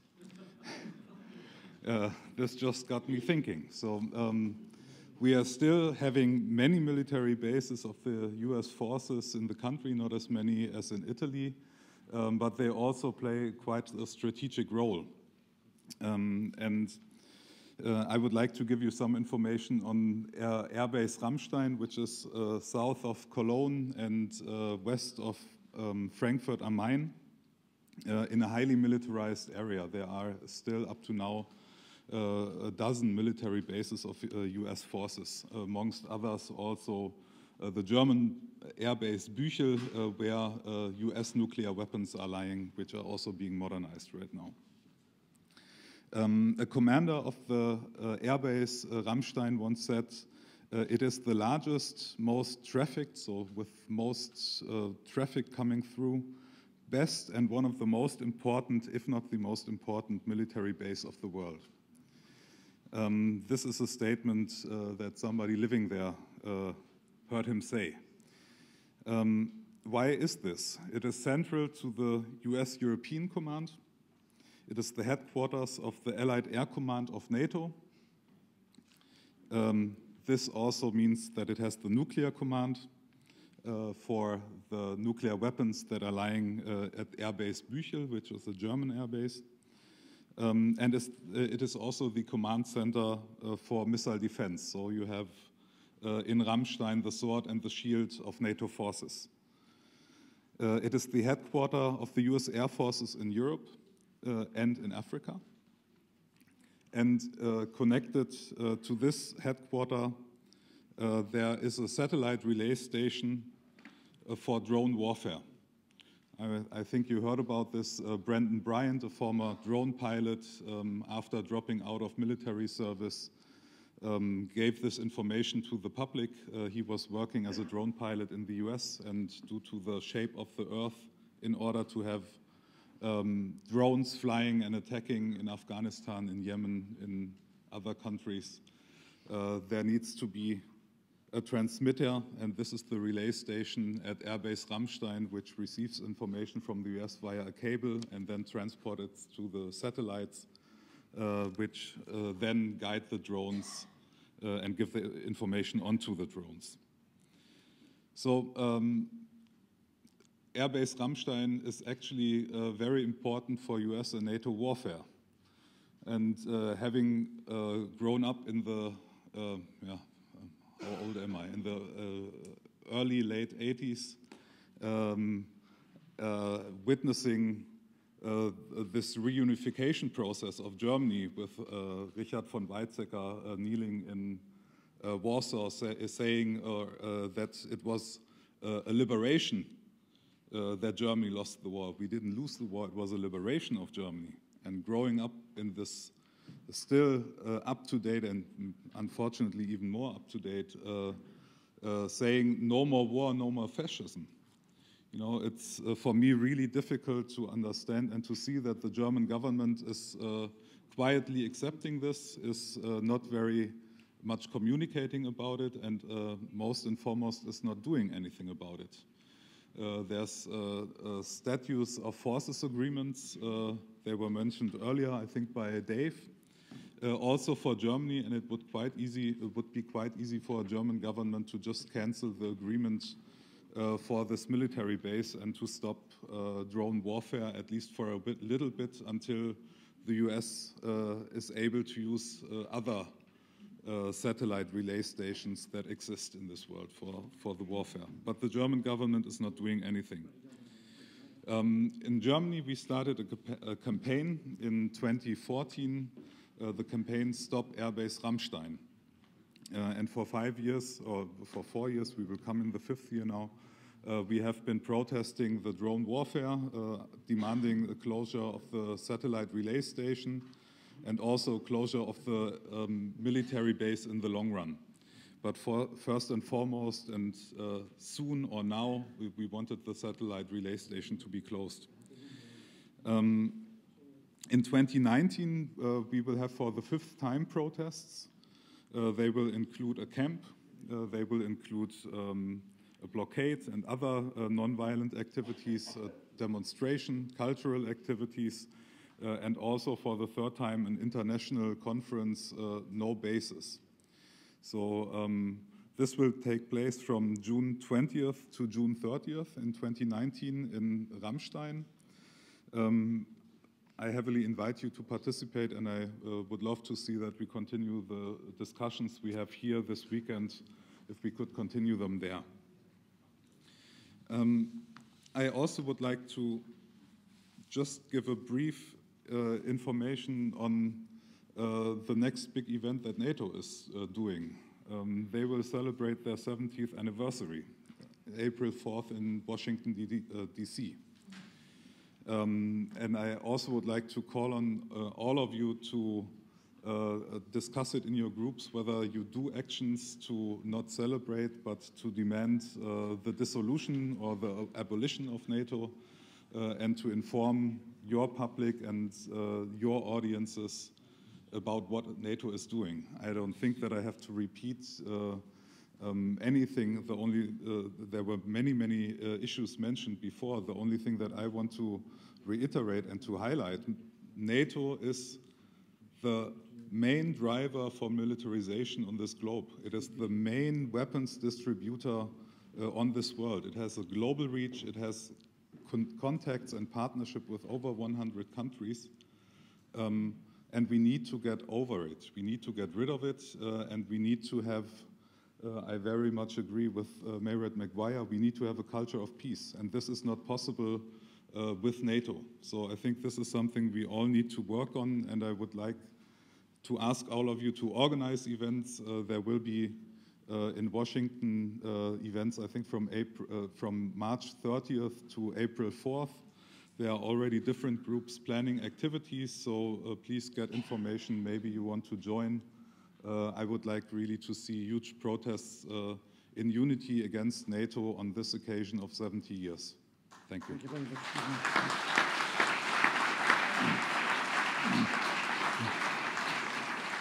Thank you very much, Lucas. Actually, we do have one more speaker, Georgios Agnostou from the Greek peace movement.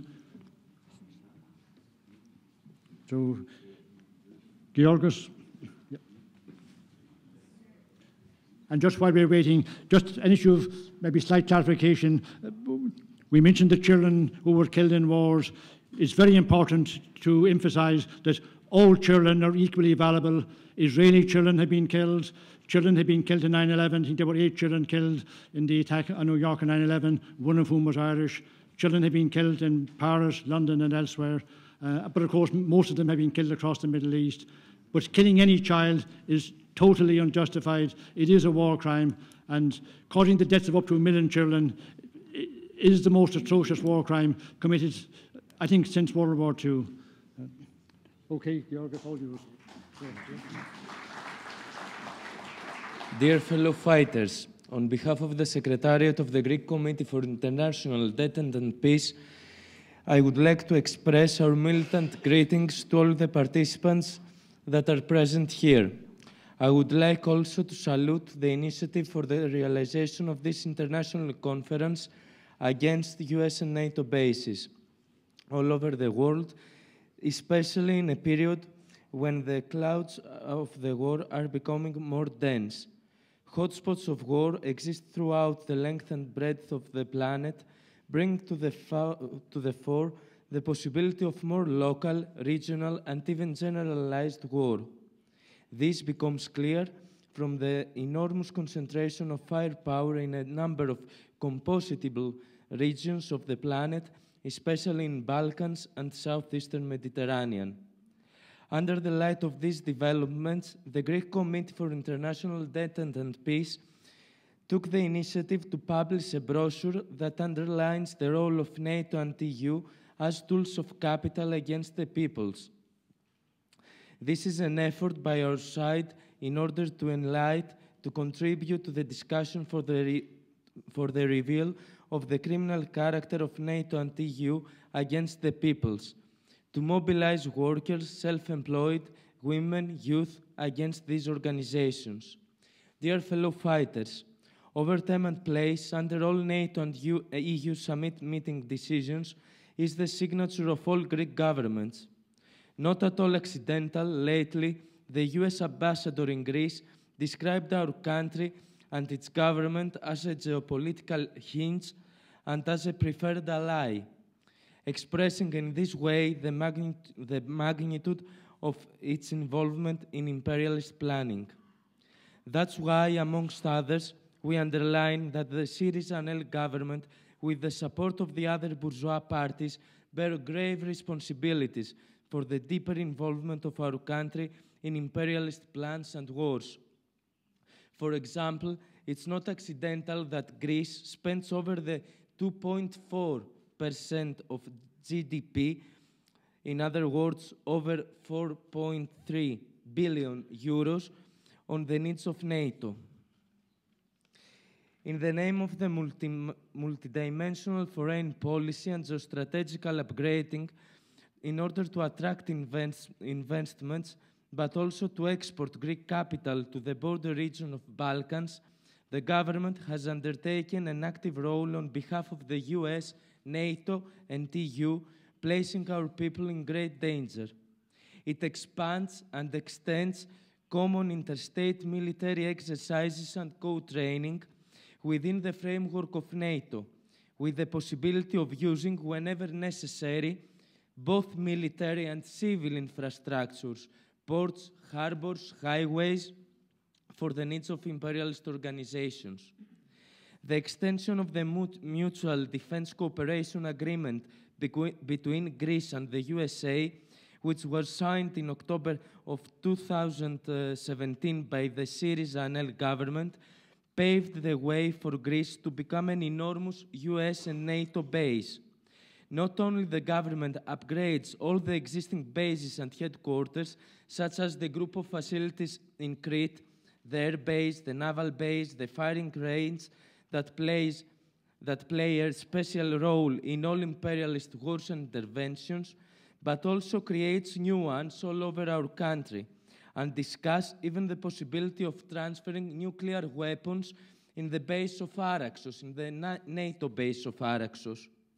It is not at all accidental also that until today there are at about 15 US and NATO bases all over the territory of Greece.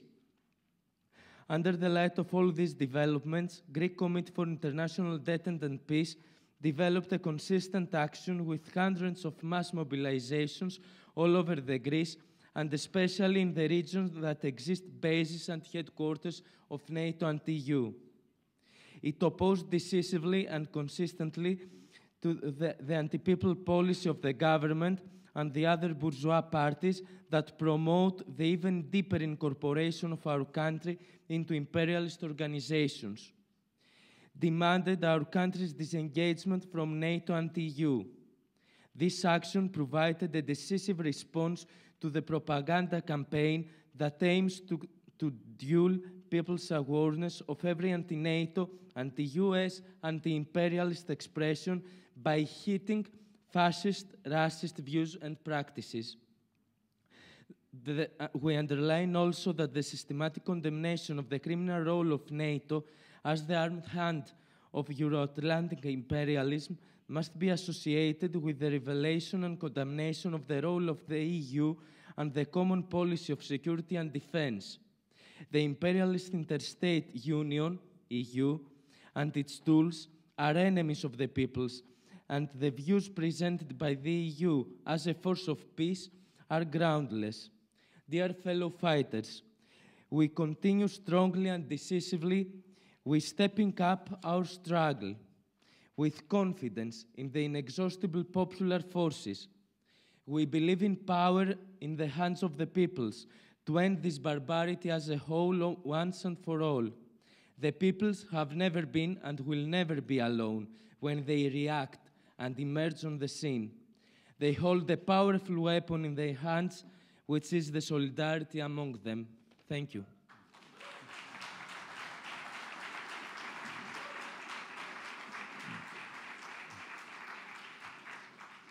Thank you very much, Georgios, and thank you all very much for being a great and very patient audience. We'll just conclude now, in fact, with a musical recital by Ono de Leon on the uilleann pipes. So, Owen.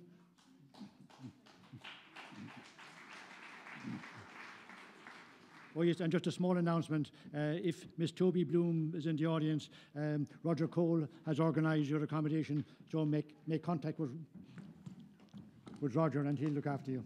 Good.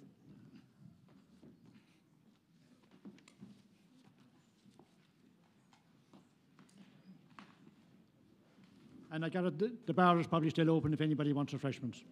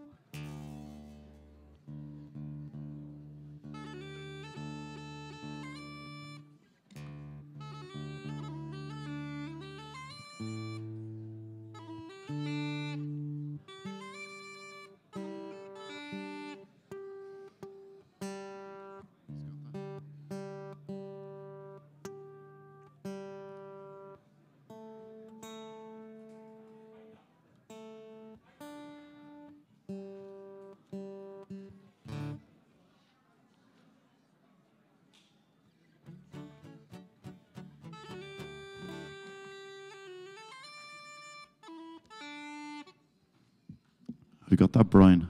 The pipes? No.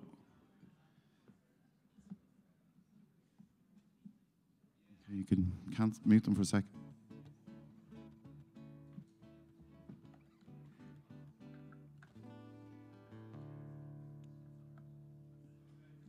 Yeah. Cool, yeah.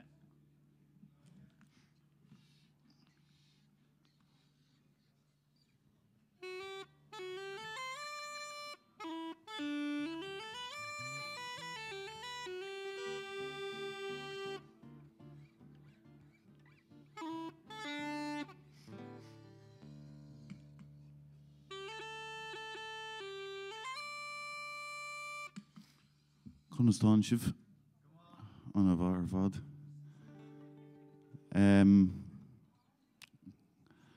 God bless your ears anyway. 17 speakers and now you have to listen to a set of bagpipes. All right, we'll play a couple of tunes. Graham Watson on the guitar.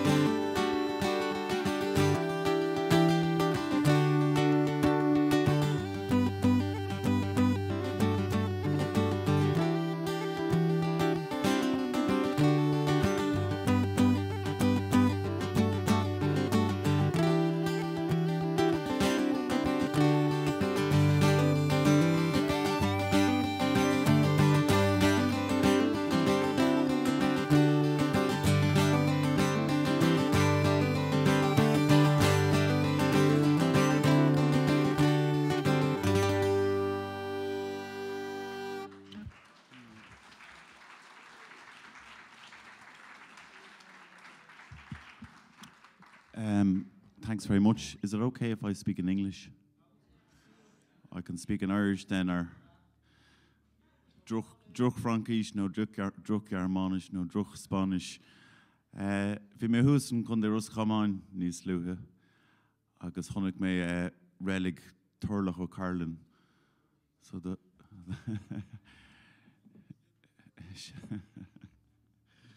I drove past. The first tune I played there was written by a blind harper called Turlach O'Carlin.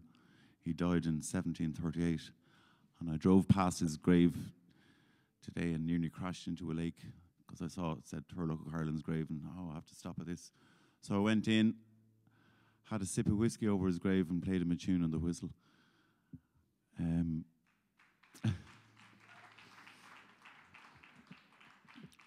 I'll carry on with another jig or a reel or something. What's that?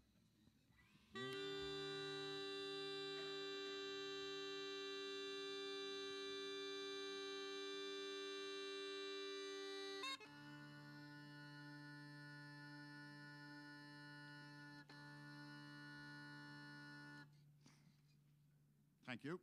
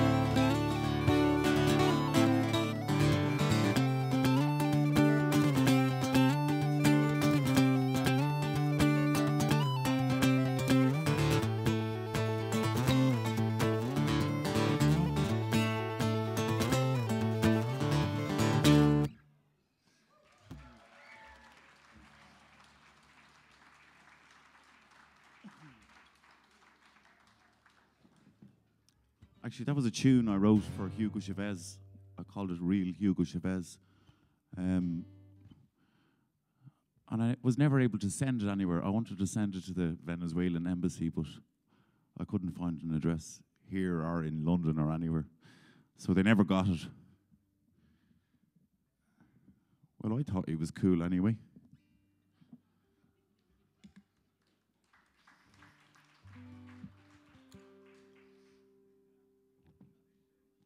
We had a presidential election recently, and he got 99.9% of the votes. We're all very happy about that. Actually, he was the only politician that used to give out about Reagan when Reagan came here, himself and another bishop. There you go. I'm sure you can all understand me. I'll play a tune that I wrote for my sister now. I think she's cool. It's called Ashling's Waltz. It was her 50th birthday last April, and I didn't have any money to buy her a present, so I gave her a tune instead.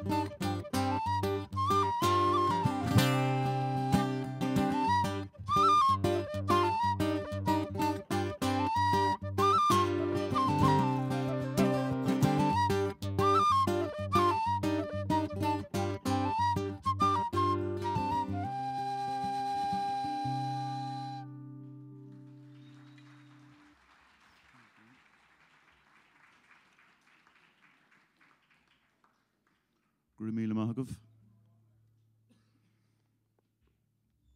I think we've time for another tune, maybe.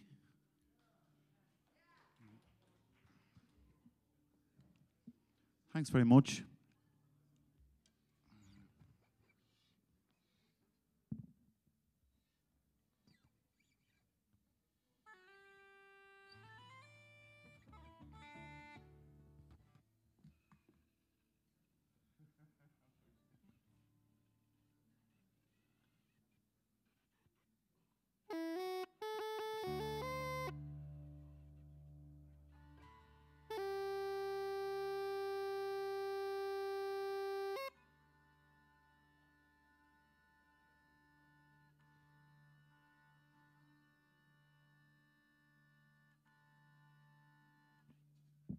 play an old piping tune. It's popular on the pipes anyway.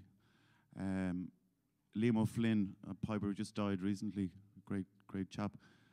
He called it the sexiest Irish tune that there was. On Pishfluch. And in English it translates very politely into O'Farrell's A Welcome to Limerick. All right. And then there's another jig that follows.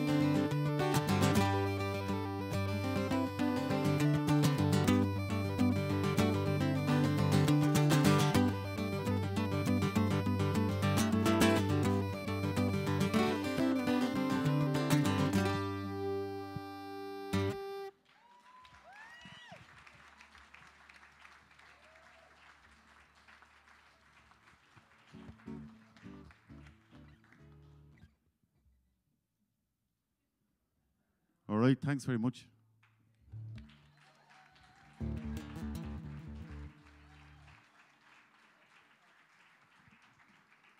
You take this apart, Brian.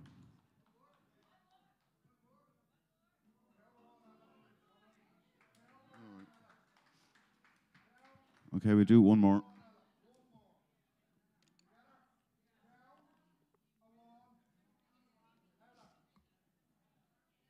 Another head.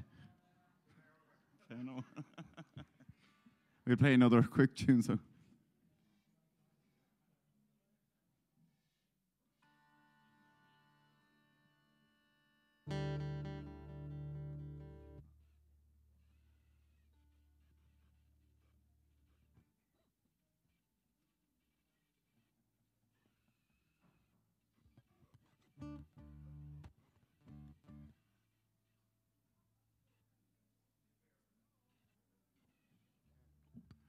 I got to Palestine last year, the year before, I think, and I went to Hebron, and